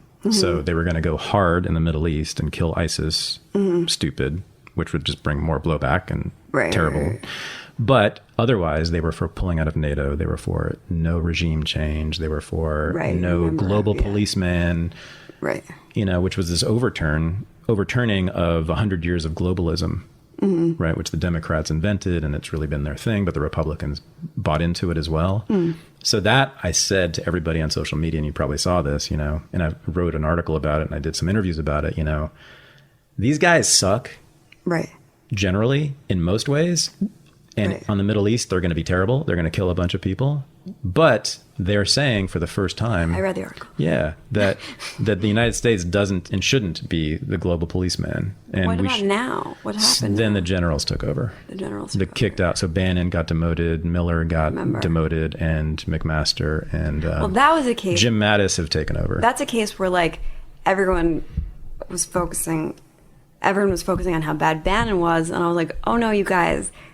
like internet, like partly because of your article, but like internationally, you're actually you're rooting for something worse. Yeah, the CIA became the heroes. Right. Amazing. That was amazing. Yeah, the liberals are just really incredible. All right, back to your book. Enough of this. We could spend all day on the liberals. Yeah. Yeah. So yeah, your book. It first of all, it is hilarious. Thank you. It's so funny. Thanks. Yeah, no, I mean, that I have to say, that did surprise me. The stereotype about women not being funny, right? Yeah, sure. So and it's not entirely untrue, that stereotype. It depends. It depends on the woman. Well, of course. Well, that's right. The stereotype. Stereotype has some. No, but in general, right? That's the feminine. It's not considered to be ladylike. Being funny is a form of aggression. That's true. That's true. And so you're not supposed to do that as a woman. It's not that women don't have the ability. Right. It's that they are not allowed to. Well, actually, Philip Roth, who we were talking about a little bit before the podcast, has one of like the famous I don't know if you've heard of Grace Paley, but Sure. like his blurb on the back of like her book, which is like delightfully unladylike. Mm-hmm. Exactly. She's being funny and she's being sexual. And what do we say about women who are really funny the way dudes are? What do we call them? Bitches. Shrews, bitches, yeah. Right? I mean, that's loud. Yeah, they're bitches. I mean, they may be funny, but you're not supposed to do that. I mean, I think Sarah Silverman's got a lot of that. I think Amy Schumer's gotten a lot of that. Even though I'm not a big fan of their politics, I think they've been victims of that. You should watch Ali Wong. She's like the new. She's like, I don't want to work. Really? I want to like. Oh, I like her. I want my like husband to like take care of me, kind of, which is really interesting. Right like on. she's like, lean in. I want to lie down. Wow. Like you got to watch it. That's my kind of feminism. Except that, of course, like in real life, I think she does work a lot and she like works on her shows and we're all hypocrites. Everyone's a hypocrite. But I do think that that special, because she's also like a few years younger than me. I was like, it gave me a little hope. I was like, oh, and like people, I feel like there's also that she's a comedian, which means she's allowed to. There's more license, I think, to say something like that. And but don't you think she also did it 7 months pregnant? But on gender, do you think I'm right? Like that women can't get away with as much as men can? Of course not. Yeah, of course they can't get away with as much. I mean, I think there's like... So it's kind of trained out of you, right? You're not allowed. Yeah. And so that's why it's surprising to see a woman this funny. Well, why it wasn't trained out of me, I'm curious about. Yeah, you know, me and too. I think my mom's really funny. Doesn't come across in the book at all. Your mom being the funny. mom character, yeah, being funny. Yeah, that's fiction. She seems not funny at all. In fact, the mom is a little like, I think that's one of the things the challenge is like making the authority in my future of writing is making the authority figures a little less like sort of like one note, because my mom is an authority figure to me because she's my mom, but like she's also really funny, and like I don't think I'd be funny if she wasn't funny. My sister's really funny, and I also saw that like in my parents' relationship that my mom could be funny, and my dad like still like liked her, you know, and so that maybe gave me a sense of that it was a way to charm people or be in the world. And I think I'm more funny in the book, but I can be funny in real life eventually. Eventually, it takes a little time. We hang out long enough. If we hang out long enough, I'll be funnier. Well, I'm not kidding. I think it's pretty much every page I laughed out loud. I'm not kidding. Wow. And I know I sound like I'm completely brown nosing, but it's really true. I was surprised that I was laughing that much at your book. It is really, really funny. And it's also heartbreaking all the way through at the same time. It's really something, so sad. You know, and then you have these insights about politics also on every single page. It's quite a combination. So you're hilarious. And then and your mother is the most heartbreaking part of the book. To me anyway. There's these scenes where you're in the kitchen after your dad's died and you're just talking. The character. Okay, sorry. That's what we do in fiction. Yeah. Sorry. The characters in the so it kitchen is, after how do you characterize it? Is it fictional memoir or biographical fiction or what? There's a term autobiographical fiction that I'm not a huge fan of. I think I'm just going with fiction. Okay. And allowing that fiction comes from personal places, but that the license to make things up and to sort of like fictionalize things that happen and to is very, somehow I need that. Okay. So how do I talk about these characters in your book now? The narrator or the character is in okay, the but is it not true that they're based pretty closely on... My father died, but I may not have stood in the kitchen with my mother and had that scene happen. You know what I mean? Sometimes, you know, sometimes like the emotions, I don't know, the emotions may be true, but like there's still a lot of like making up going on, but you know what, you can talk about however you want. Okay. So if you want to talk about the scene without worrying about so there are anything. heartbreaking scenes in which the narrator is standing in the kitchen or just, you know, in the house with the mother after the father has died. Yeah. And what I see in these relationships in your book between the narrator, who looks a lot like you, seems a lot like you, and the mother, who I imagine is probably a lot like your mother and your father, or the character's a lot like your father. What happens a lot is that they talk about things in between them, or they talk about things sort of around them rather than talking about each other and about their relationships. So I said to you when we talked on the phone this morning that the word that comes to mind when I read your book is distance. There's distance between the characters. And that could either be geographical distance, like between you and me 5 years ago, or are the guys in your book who you dated, either online or you just didn't have these real connections with. Right. Or even if they're physically in the same place, they're like disconnected. Exactly. In some ways, the pot grower.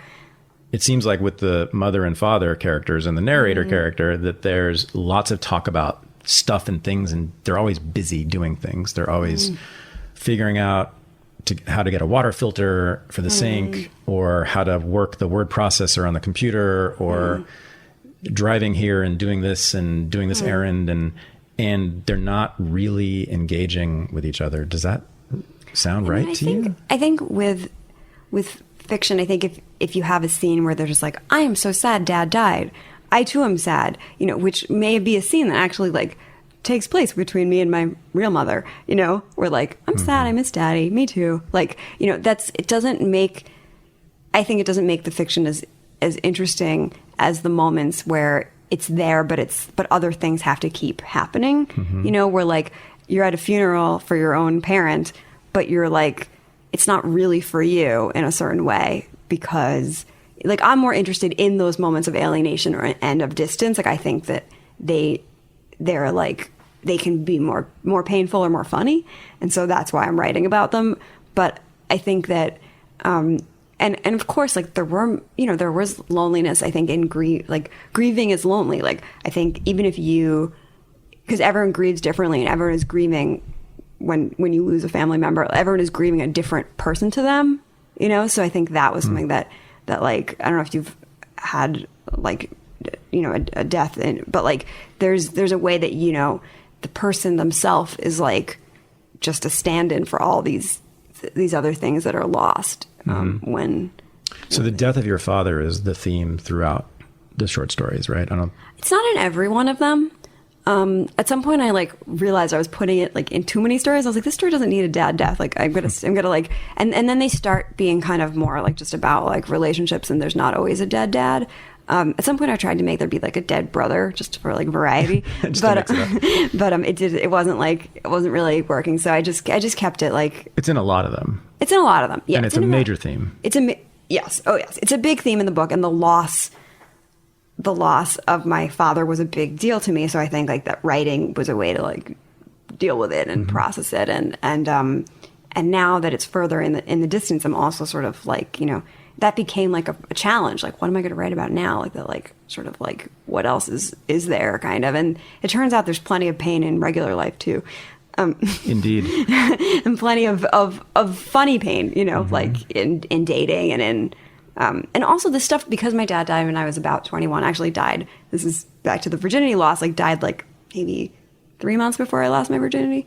So like those things were happening simultaneously. Like I was becoming an adult and living that life. And so that sort of mix is happening, I think, also particularly in. I was going to say, so that's the juxtaposition that is especially arresting about your book, is that there's sex and death together in almost every paragraph, right? Yeah, they're. And in fact, they come together very closely, and it's yet another stunning moment in the book when your father the narrator's father has just died, and the narrator is going through his computer files, or the files in his hard drive in his computer, right? Comes back to porn, yeah. And she finds a porn video, correct? Yeah. Of, what was it? Two women boxing. They had big tits and they were boxing. You must be interested because you you actually know about boxing. Yeah, of course. Well, I was interested in it for 2 reasons. No.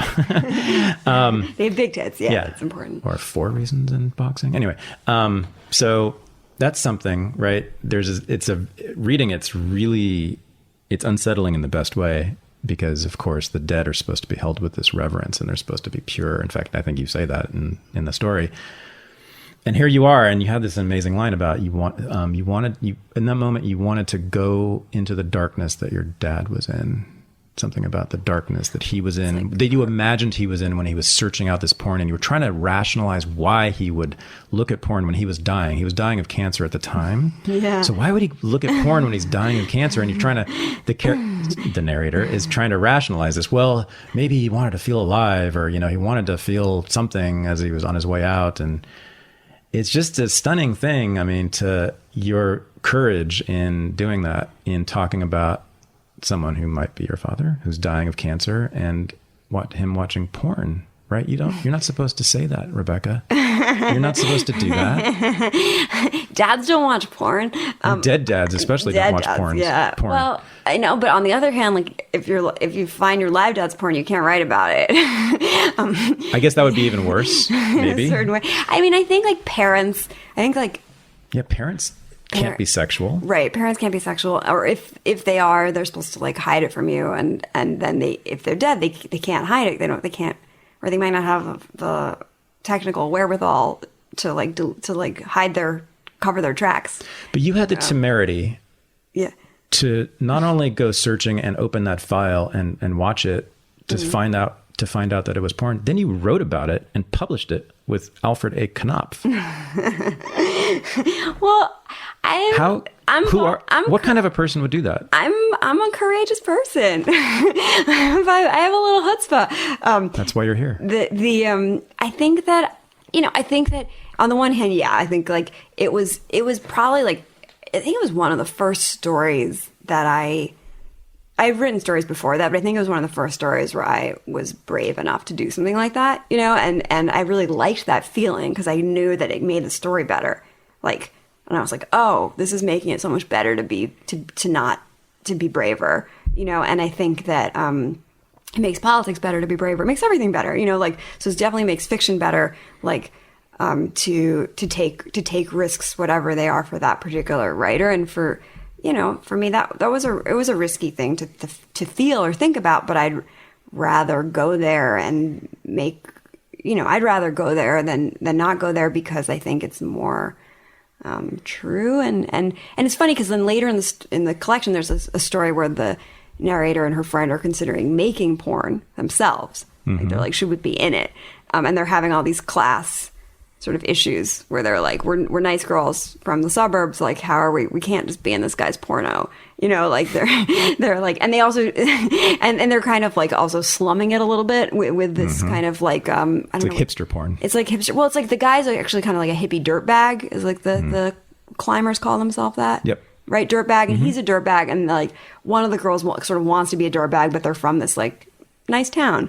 And so it becomes this issue in the friendship. But anyway, I was thinking about those were years between when I wrote the finding the dad's porn and the like, should we make porn? And like, and as I was saying earlier, I had written that like anti-porn article. So obviously I was evolving with my writing and into almost like, this looks like maybe a fun way to make money, but what's holding, like what holds everyone back from making money that way? Yeah.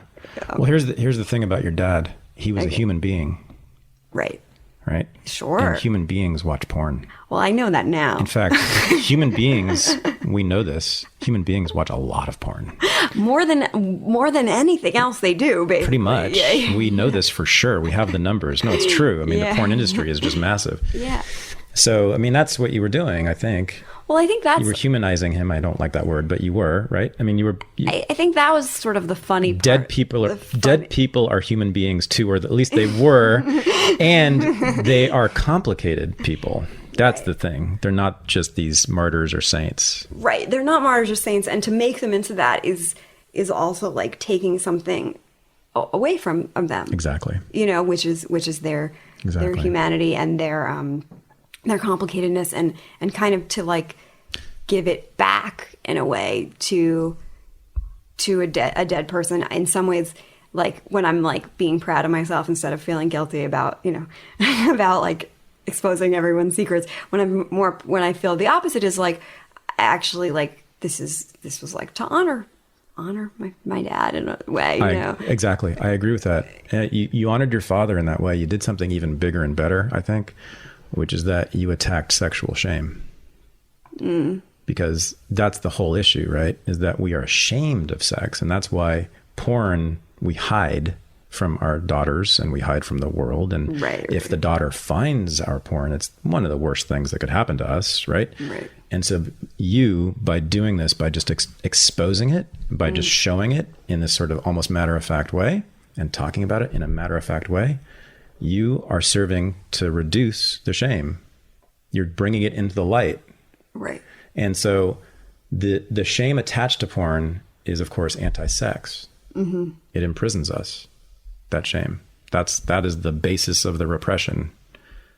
And so what you do in that story and throughout your book is you just drive a truck right through that repression and you say, this is what we do. We fuck and we watch porn even when we're dead. Right? Even the dead people watch porn. Even the dead dads watch porn, right? Right. So even your dead dad watches porn. It's totally political. It's totally liberatory, I think. I mean, it is and it isn't. Like, it is liberatory in a certain way, but at the same time, like, I think what's interesting about fiction is that, like, you can write it, have the book, and, like, I think about Obama, who, like, loved fiction, you know, loved The Wire, you know, and, like, he loved certain fiction, yeah. Yeah, but like, favorite character was Omar, but, like, that didn't do shit, you know, like, and so there's a certain way that it's liberatory, but then there's this other way that it's not. It has no point. Right, you mean like, so you like The Wire, so why are you still making weed illegal? Right, asshole. right, asshole. Like, yeah. like I think it, like, it shifts us.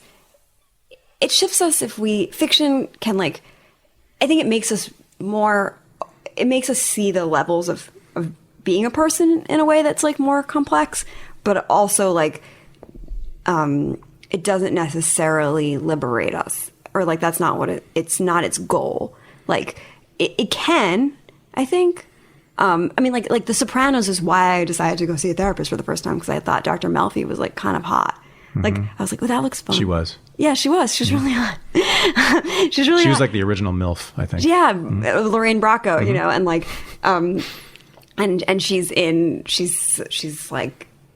Jewish in Goodfellas, which I also really thought was great. She's like an Italian woman playing this, like, she was turned on by the guns and, like, by the stuff, and then she becomes the therapist who's trying to, like, help the mobster, and she's still turned on by it, you know, which is also, like, really interesting. Anyway, my therapist who I went to see was the guy who was like, you shouldn't have casual sex. He wasn't Dr. Melfi. I was disappointed.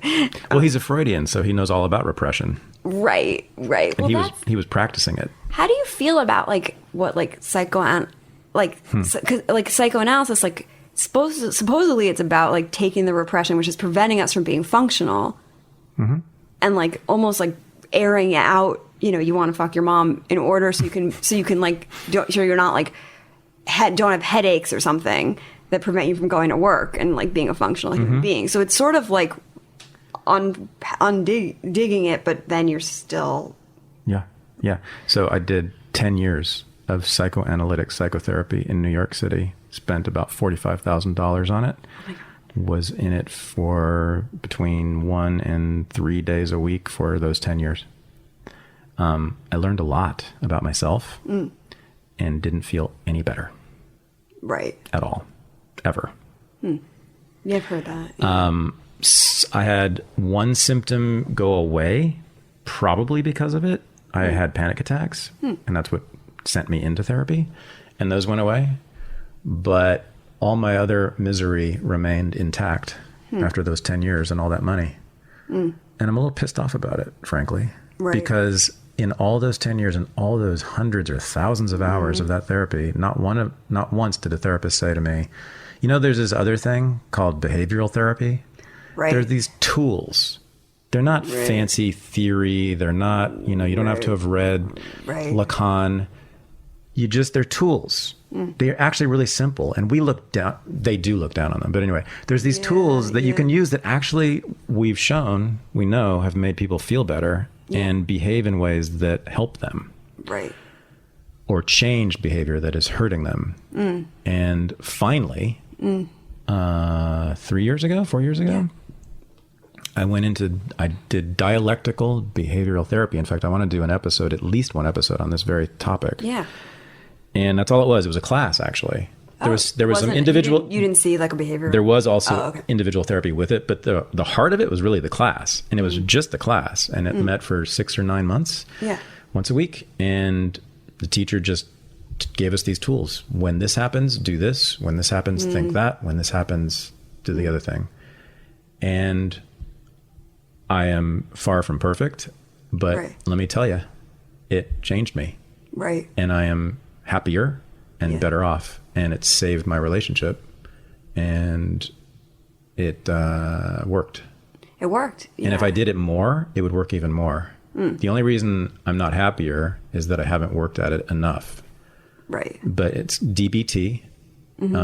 It was invented for people diagnosed with borderline personality disorder, which I fit it pretty well. I'm not exactly borderline, right? But I'm pretty damn close. So it may not work for everybody, but I think it would work for most people. And it's just a set of tools, and I could teach it to you in an hour. I could teach you the basic tools in an hour, and you would probably be better off. It would be nice. It really would be. I mean, I do the therapy that I've been in for years is called Gestalt therapy. It's a little more like woo-woo, but I do like it in a certain way because it does take you into the moment. It's not just about your history. And so DBT incorporates mindfulness. That's a part of it. That's a big part of it. And mindfulness, I believe in wholeheartedly. And mindful meditation has also been very, very useful for me. And I use mindfulness every day, not nearly enough. If I used it more, I heard Judd Apatow once say, I know that if I meditated twice a day, I would be a much happier person, but I don't do it. What the fuck is that about? And I have the same question. Why don't I do that? I know it would make me happier, but I don't do it. RuPaul does it. I think that's like she's like, or she doesn't matter. She said he calls himself he. No. Yeah, he does. Actually, there's a quote that says where someone or he doesn't care. What do you right? I don't care. And it's like, call me he, call me she, just call me. Which so I just sort of go back and forth. But RuPaul doesn't care. But he needs to take a walk in the canyon, and has to take the walk in order to. I'm sure is crazy anyway, but like has to take the walk to like be balanced. And I was like, yeah, why don't we do those things? Like, what's stopping us from doing this? Isn't it amazing? Yeah, from doing that stuff. When I meditate, it's 10 or 15 minutes. That's it. Yeah. It's the simplest thing. 10 or 15 minutes. Jerking off takes at least that long. So, and I don't do it. If I did it once a day, I don't even do it once a day. I've never done it twice a day on a regular basis. I know that if I did it twice a day, I would be much happier. But I don't do it. I won't do it today. Why not? I won't do it. It's amazing. So DBT incorporates mindfulness. It's a central part of it. I'm a big believer, and I'm pissed off at all those fucking psychoanalysts in New York City and elsewhere who never even in New York City mentioned any of this to me. They never mentioned it. 10 years. I dated a cognitive behavioral therapist in New York City, so it does exist there. They have, I know, but the psychoanalysts look down on the cognitive types. It's just a mess. But anyway, so let me tell you something that you don't know. My father died 2 weeks ago. Oh my God. Yeah. Oh. So your father's death is a central theme in your book. Yeah. We agreed. And a major theme in your life and deeply affected you. It was really, I think, is it fair to say, sort of a pivotal moment? Yeah, I would say so. Yeah. It happened when you were in college? Yeah. Yeah. You clearly have a lot of feelings and a lot of thoughts about it. I don't. Not many about my father. About your father dying. Certainly. Yeah. Mostly, I'm relieved and happy about it. Well, it also depends on the relationship that you had with him and what that was. Indeed. What did he die of? Like, what happened? It was this very fast-acting cancer. He was 84. He had Alzheimer's, but it was mild. Right, and then he got got this. One day he was fine, and then 4 days later he was dead. Wow, that's very fast. He had fourth-stage cancer. Like, boom. Whoa. Okay. I wasn't there. I haven't talked to him in 3 years. Oh, you hadn't been estranged. Yeah. We had always been estranged, even though he raised me. Essentially, because he would probably be diagnosed with Asperger's or something like that. Somewhere on the spectrum, emotionally retarded. Right. And just couldn't communicate. So when I left for college, like I left for college and he never called, never wrote, never nothing. Wow, yeah. And I came home for Christmas and I was like, what the hell, Dad? You don't care? Like, this is a major thing for me. I left the state to go to college. Yeah. So yeah, that just kept going for years and years. And I maintained the relationship. You know, I took care of the relationship and I made sure we had a relationship and I directed the conversations and all that. And I finally just got tired of it and said, I'd never got anything from him. Right. It was just a burden. Right. So losing that is, it's very different. So I lost a burden. Right. But here's another thing about him that I think you'll find interesting and I think is relevant here. He was raised a Mormon. Very repressive people. His Mormons, they're the Missouri Mormons. They were like the Utah Mormons, except they didn't do the polygamy, but you know, no alcohol. Right. So the only fun part they got rid of. So no alcohol, no tobacco, no books that weren't religious, all that stuff, just really, really puritanical. And this is the one thing I will say about my father that was in some ways heroic, in some ways a model for at least the work I've done and my ideas. He went all the way. So he moved to Berkeley and became a nudist and a pot smoker and a fornicator and all the rest of it. He still retained a lot of that puritanical repression, which came out in various ways, which was like this sort of harshness and hardness about things like cold medicines. We don't take cold medicines. They just make you feel better. I was like, yeah, Dad, that's the point. Yeah, we don't do that. It doesn't help anything. It just makes you feel better. But simultaneously, here's what my dad did. So he walked around naked all the time when I was a kid. Yeah. And he had just women just coming through the house and he would have sex with them and I would hear it in the room next to mine when I was 5, 6, 7. He wasn't trying to hide it, which is a whole other 9 years thing. old. He would tell me about it sometimes too. Not a lot, but he would tell me about it and I would hear it every night. And it got to the point where my best friend would sleep over at my house a lot and we would start to like mock them through the walls. We would start like groaning and saying, and you know, all the humping noises and they would start laughing back at us while they were having sex. Wow. You were like participating. Yeah. Oh my God. But I heard my dad have sex my whole life as a kid. And here was his coup de grace against Mormonism. He became an atheist also and angry about religion, mostly because it was unscientific. He took the Book of Mormon and he was also an amateur photographer. Yeah. So he had a really nice camera. So he took the Book of Mormon, laid it on a table with some nice overhead lighting, took his penis out, semi-erect, so that it was like a bookmark laying down the gutter of the book, and took a picture of that and then framed it and put it on the mantle over the fireplace in our house. And he left it there for 5 years, Rebecca. Wow. Oh my God. Yeah. You have like your childhood is like a movie. Well, so is yours. It was much more conventional. Yeah, I know. Like, it's just not the same thing. No, my childhood is like the book about your childhood. Right? It's like your book about your childhood. Well, I mean, that's an interesting question, though. Is that like, in that case, it's sort of like the opposite of repression. Like, you're hearing it through the wall.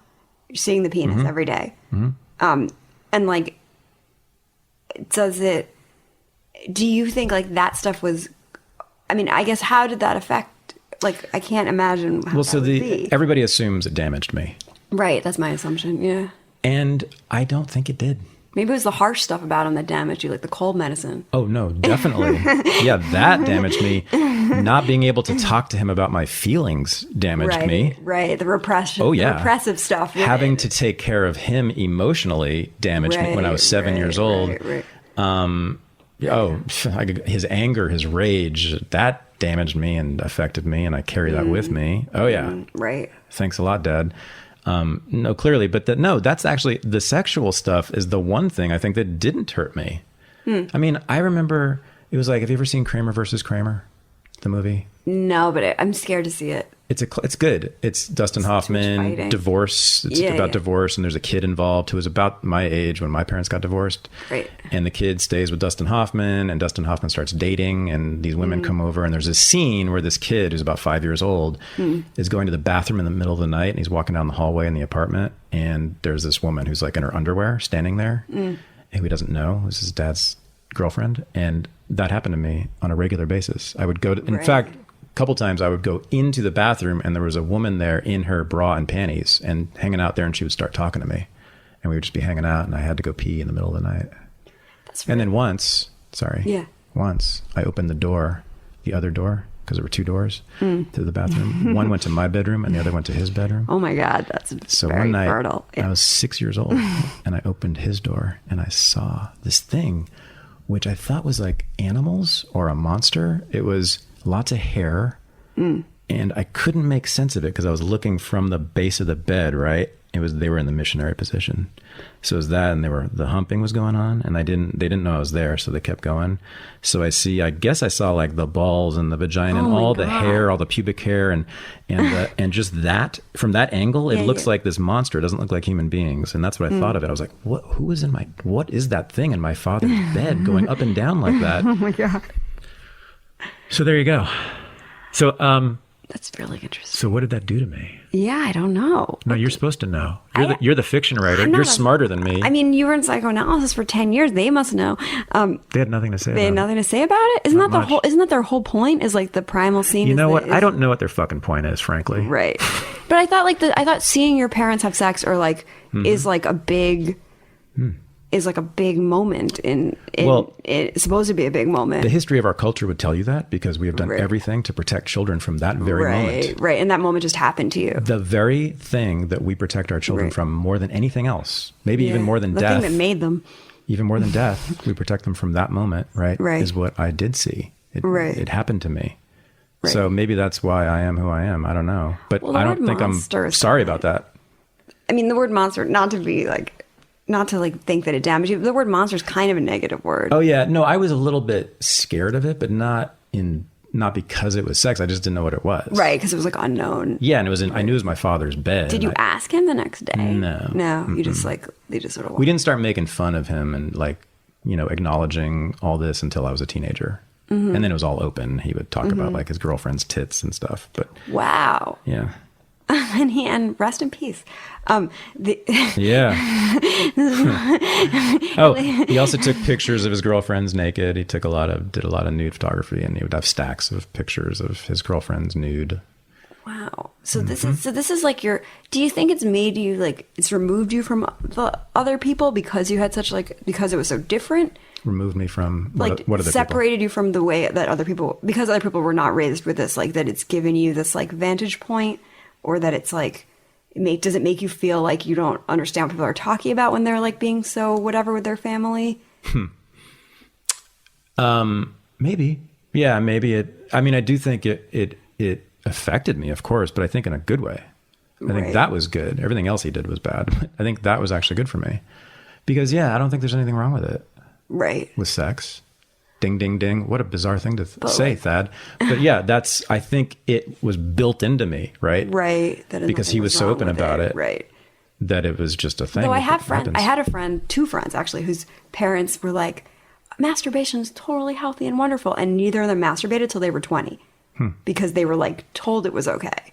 And then everyone whose parents were just silent about it, just took it up at 11 or 12 or whatever. And because they knew their parents knew about it, they were like, oh, I don't want to do that. Mom just gave me the go ahead. Well, so I'm thinking through this now, actually. Thank you for making me do this, thinking through it. So my mother, on the other hand, was pretty conservative sexually, pretty classically conservative. There was no talk about sex. I never heard them having sex. She was married, so never saw any evidence that they ever had sex, my mother and my stepfather. I found my stepfather's Playboy magazines, so I knew there was that going on, but everybody's had that experience. Right. So they were pretty conservative, even though they were political radicals. So I did and I went back and forth. I lived with my father most of the time, but I did see my mother. So I was in both houses, right? And so I was exposed to kind of both modes, right? Sexual modes in families. And I think that is really what gave me this apparatus that I have now, which is that I'm both inside the culture and an outside observer of the culture. Right. That makes sense. Yeah. So there you go. It's funny. So he died 2 weeks ago, and his wife called me and said, well, there's I need to give you the stuff that he left. And I was like, what the hell would he had no money. So basically didn't care too much beyond that. But she said, yeah, well, there's a lot of pictures I want to give you and your brother. And I was thinking, Are they of the women? There's one picture in particular I would like to have, actually. The Book of Mormon picture. Oh, yeah. Yeah, you need that. I think so. Yeah, I think so. I don't know. Maybe I don't. Do I need to see my dad's dick again? I mean, you could put it like in a box. I saw a lot of it. Right, you saw it a lot. This is a, I don't even know what this would, I mean, I don't know you that well, so I don't know how it formed you in a certain way. I don't though, because I don't know like what on the day to day, like if the dad's dick, like, you know, how it presents in like. That's my collection of short stories coming out in fall. My dad's dick. Published by Penguin. My Dad's Dick. Or The Dad's Dick. The Dad's Dick. There's a. So what's your question? Yeah, I don't know how it affects you on the day to day. Like, you know, like what, like your relationship with, you have a son, you know, like if it makes you want to have boundaries with him, or not, or. I don't know. I mean, I guess you'd have to ask my girlfriends. You know, they know. What do you know? I don't. What do I know? I often wonder whether I am more sexual than your typical dude. Right. But I don't think so. Maybe. Right. I don't think so though. I don't do locker room talk at all. I don't talk about women's body parts with my buddies much, a little bit. Less than a lot of guys do. Right. How often do I masturbate? From what I understand, I'm pretty average. When I was a teenager, I was masturbating a lot, but we all do. Right. That's like, yeah. That's I mean, I don't know. Ask Dr. Drew if I'm a sexual addict. I don't think I would even fit his definition. Right. Because it's never like gotten in the way of my work or relationships or anything. I guess my question is more specific. Like, did you decide to raise your son differently? So so far he's 15, and so far I am more or less like my father. I mean, we try at least not to have sex around him or so that he can hear it. That's not like your father at all. No, I know. Okay. You got me. Busted. Hypocrite. No, I meant. I don't mean it's hypocritical. It's just. No, I meant in otherwise. So we do have that, what has been called bourgeois silence. Yeah. The bourgeois silence around sex. We just don't talk about it. So we do have that form of silence. Okay. So we do separate it. We try to anyway. Although actually, no, my girlfriend and I are we're physically affectionate in front of him. I worry about it, not because of the sex, but because of potential jealousy. Right. And rivalry between them. So it's not so much that I worry about him being exposed to sex. Right. It's a different dynamic that I'm worried about. But no, but otherwise I am sort of like my father in that I'm just sort of frank and open about it, and I'm not afraid of it. And so when it comes up, it comes up. Right. I don't have to dwell on it. I don't have to go into great detail about everything regarding sex with him. But, you know, if we see something or someone says something or, you know, it's fine. How's he dealing with the death of his grandpa? He barely knew him. Okay. Yeah. So he didn't really care either. Right. Cared even less. I keep waiting for it to like hit me one day and like, oh my God, I'll be sobbing all day long. I don't think it's going to happen because I've been waiting for him to die since about 1983. Right. You may have also like had to, this is like really, I'm sorry if I just sound like psychobabble, but like you may have also had to grieve him not being like a good dad for like way earlier. Oh yeah. So like grieving his like the loss of him physically, like it's like in some ways if you've already grieved what he couldn't be. Exactly. In a way, like it's not the same. So that I had been doing, yes, for many, many years. Right. And that's exactly right. And so I was prepared for this. In fact, I was sort of done grieving by the time he actually died. Right. Whereas with my dad, I like wanted more dad. Yeah, exactly. Because I was getting some. Clearly, it was a major loss to you. Right. It was a major loss. Yeah, and to me, it was actually a gain. It's true though. God damn it, I don't care. I'm going to say it publicly right now. No, I used to have these when I lived with him when I was a teenager. I would often have like these flashes. I would come home and I would have these like flash images of him hanging. Oh my God. In the hallway. He was also very depressed and very unhappy generally.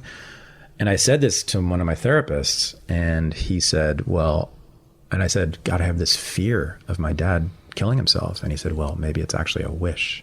That sounds like them. Yeah. Yeah. No, but I think he was right. Yeah, probably I think he was right. That you wouldn't have to. There's this great book, speaking of fiction, called Eileen that came out. And it's about this woman who she sort of takes care of her alcoholic father. And she takes care of him, but she hates him.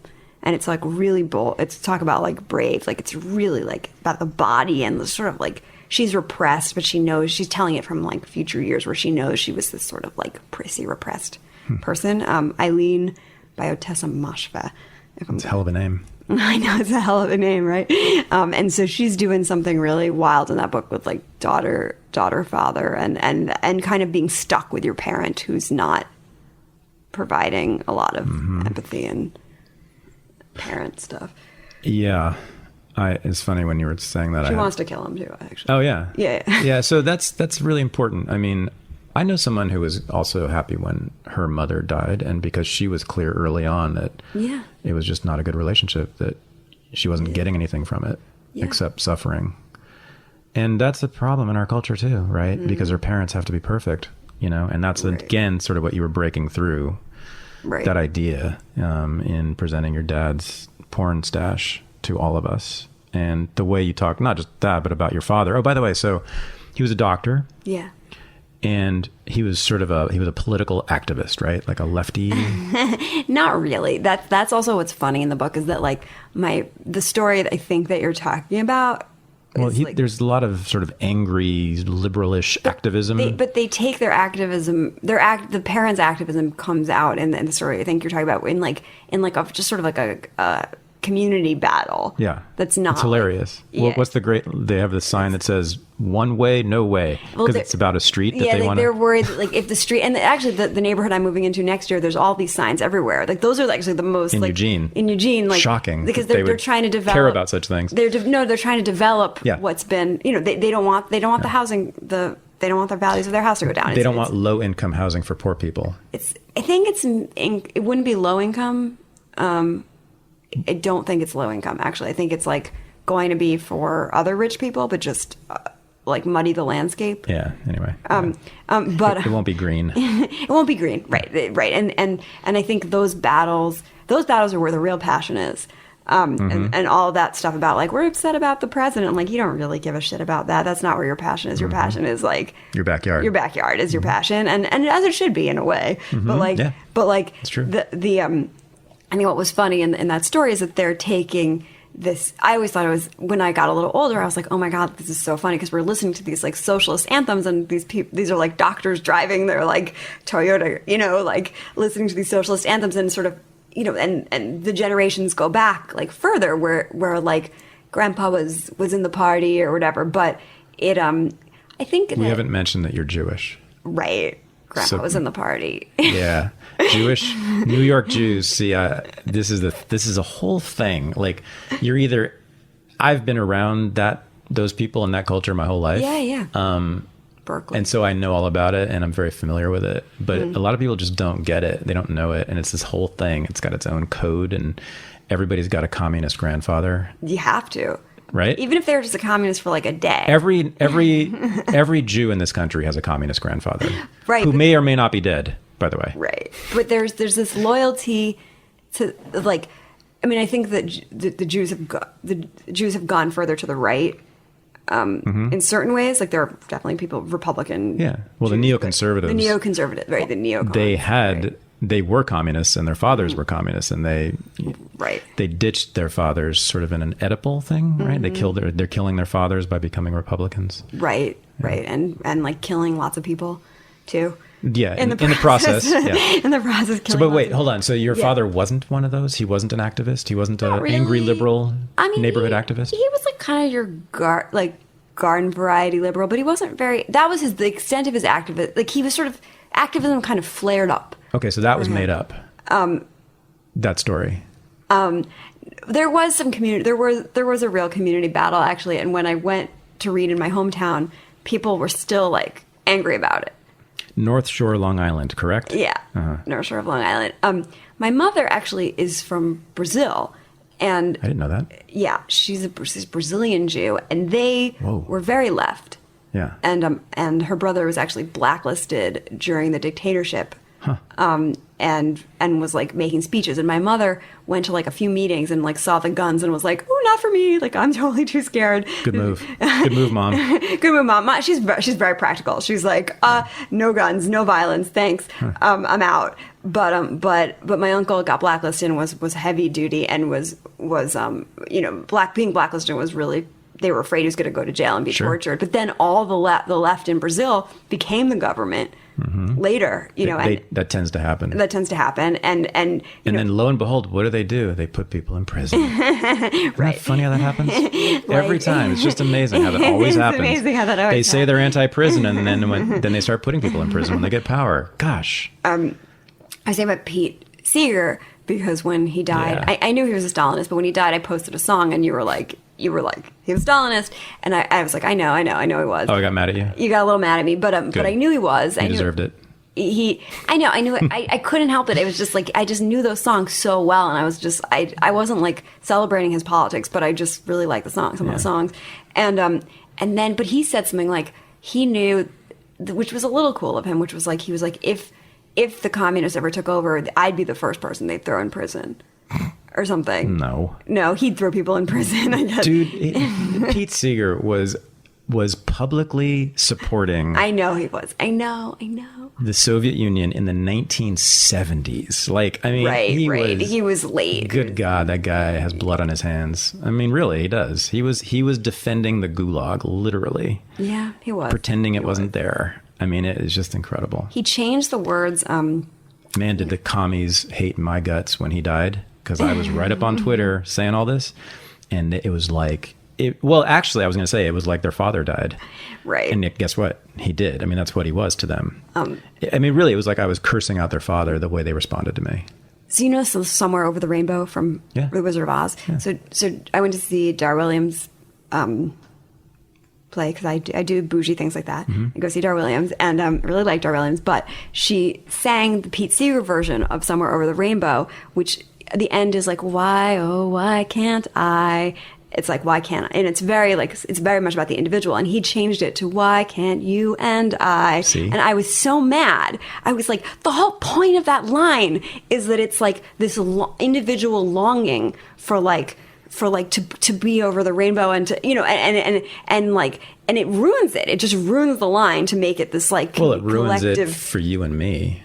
For you and I. But the commies love it. Right, the commies love it. But it was really interesting because I was thinking about like how that's a musical, right? And popular culture, talk about popular culture. That's a musical, not like a beloved folk singer. That's exactly. I don't know who wrote The Wizard of Oz, but in like that longing and then that musical has become such like for gay men, like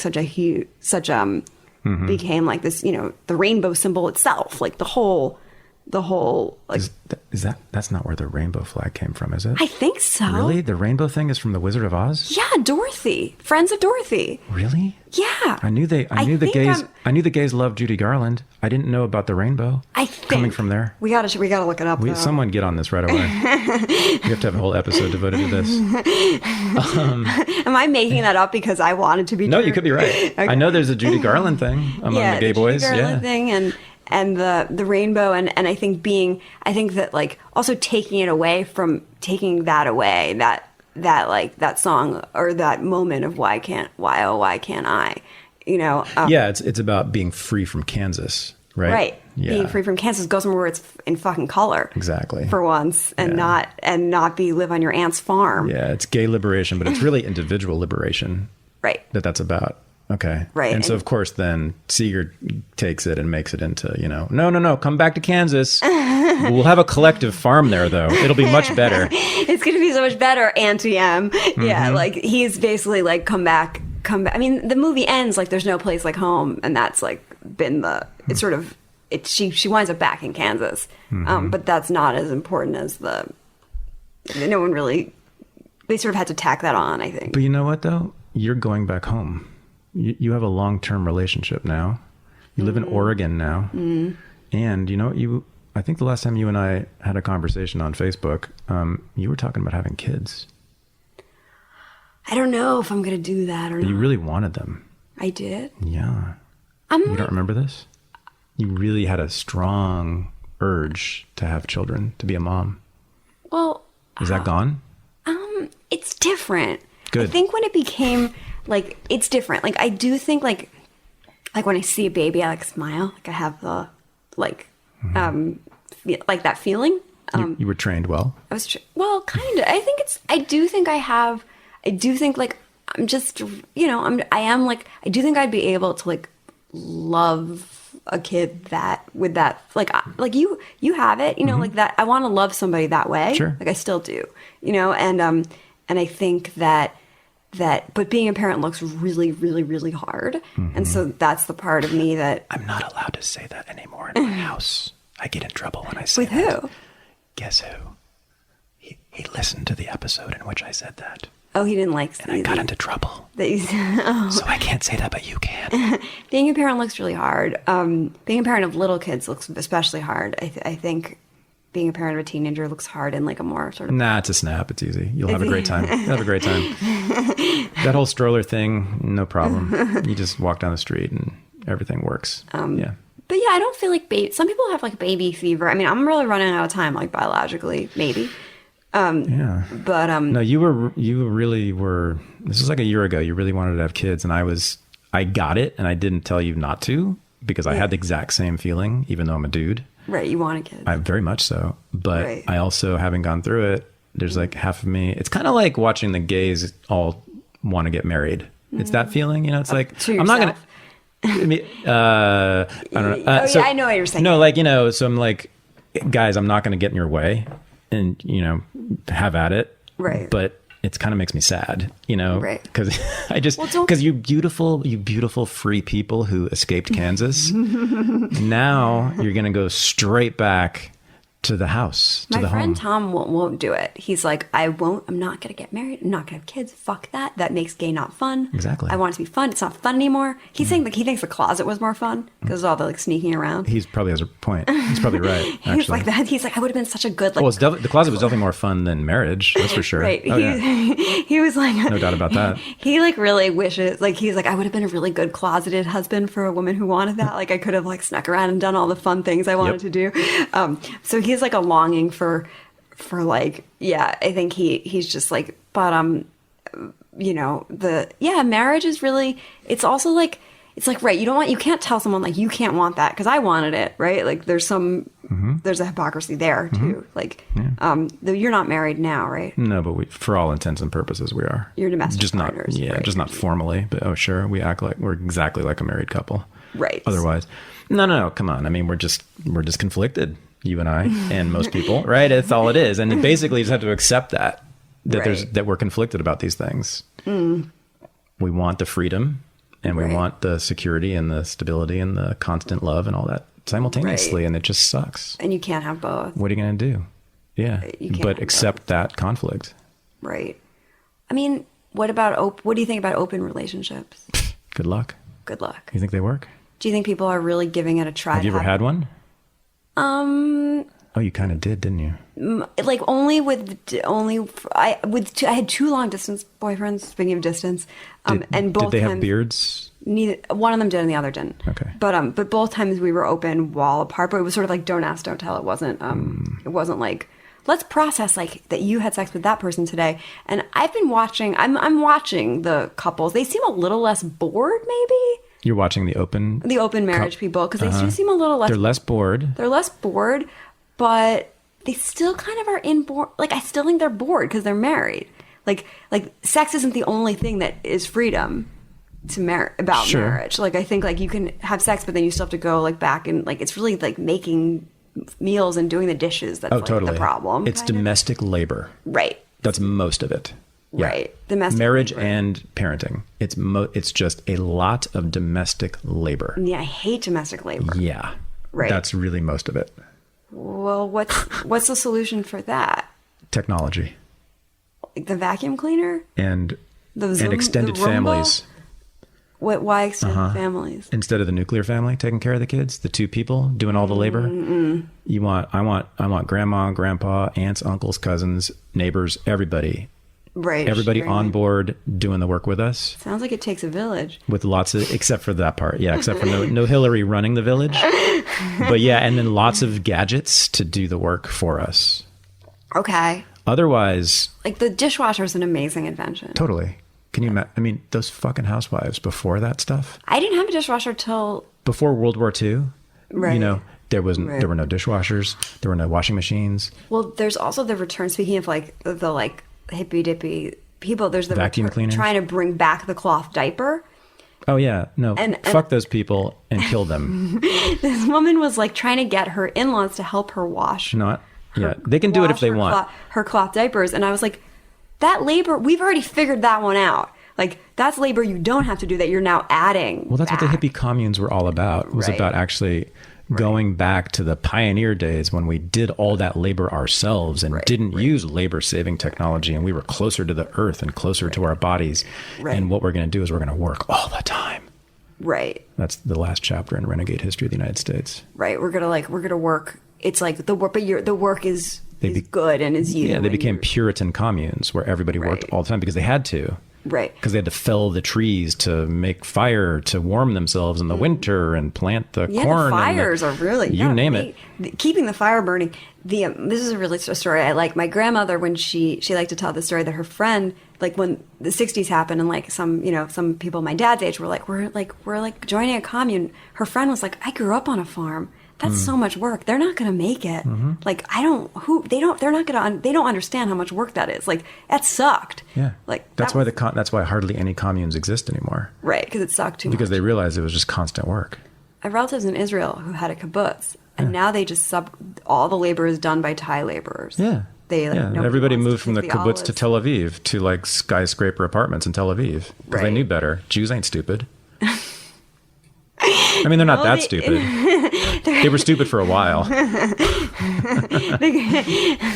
I have relatives who founded a kibbutz, and then they don't do any of. They don't pick olives anymore. Hell no. You hire the immigrants for that stuff. Yeah. But then what about the immigrants? That's basically the Jewish story right there. That's like the history of Jews right there. We just did it. Hire the immigrants. We didn't talk about the Holocaust, but otherwise that covers it. We skipped the Holocaust and we skipped the Lower East Side and the factories. Yeah. So by the way, just so everyone knows, like I'm a quarter Jewish, which I think technically means that I would have been killed in the Holocaust, and I can also make Jewish jokes. Yeah, you can make Jewish jokes. I can clear that with you. I just thought, I knew you were like a quarter, but I think you were probably on my mom's side, by the way. It's a very strong It's very strong. Oh, totally. So I think you've been affected by it. Yeah. But I can make the jokes and stuff, right? Yeah. Yeah, right. Good. Yeah, you're a madman. You're totally allowed to make the jokes. Good. If your mother is partly Jewish, if you had a Jewish mother, basically. And I've been around Jews my whole life too. Yeah. Until now, I got rid of them. By the way, I did. No, so I'm now I'm with a WASP for the first time in my whole life. It was always Jews and Catholics, all the women I've been with. Until now, first WASP. I'm like, God damn, you guys never fight, no arguments. The Scotch is excellent. And I want the Scotch. It's just they're just kind of like just glide through life. It's just like they're skating. There's they never fight. There's never raised voices. Seriously, I know there aren't. Yeah. How do you all do that? I had a roommate in college who was I had one Jewish roommate and a WASPy roommate, and she was like, "You guys are always yelling at each other." Mm-hmm. She was really like upset about it.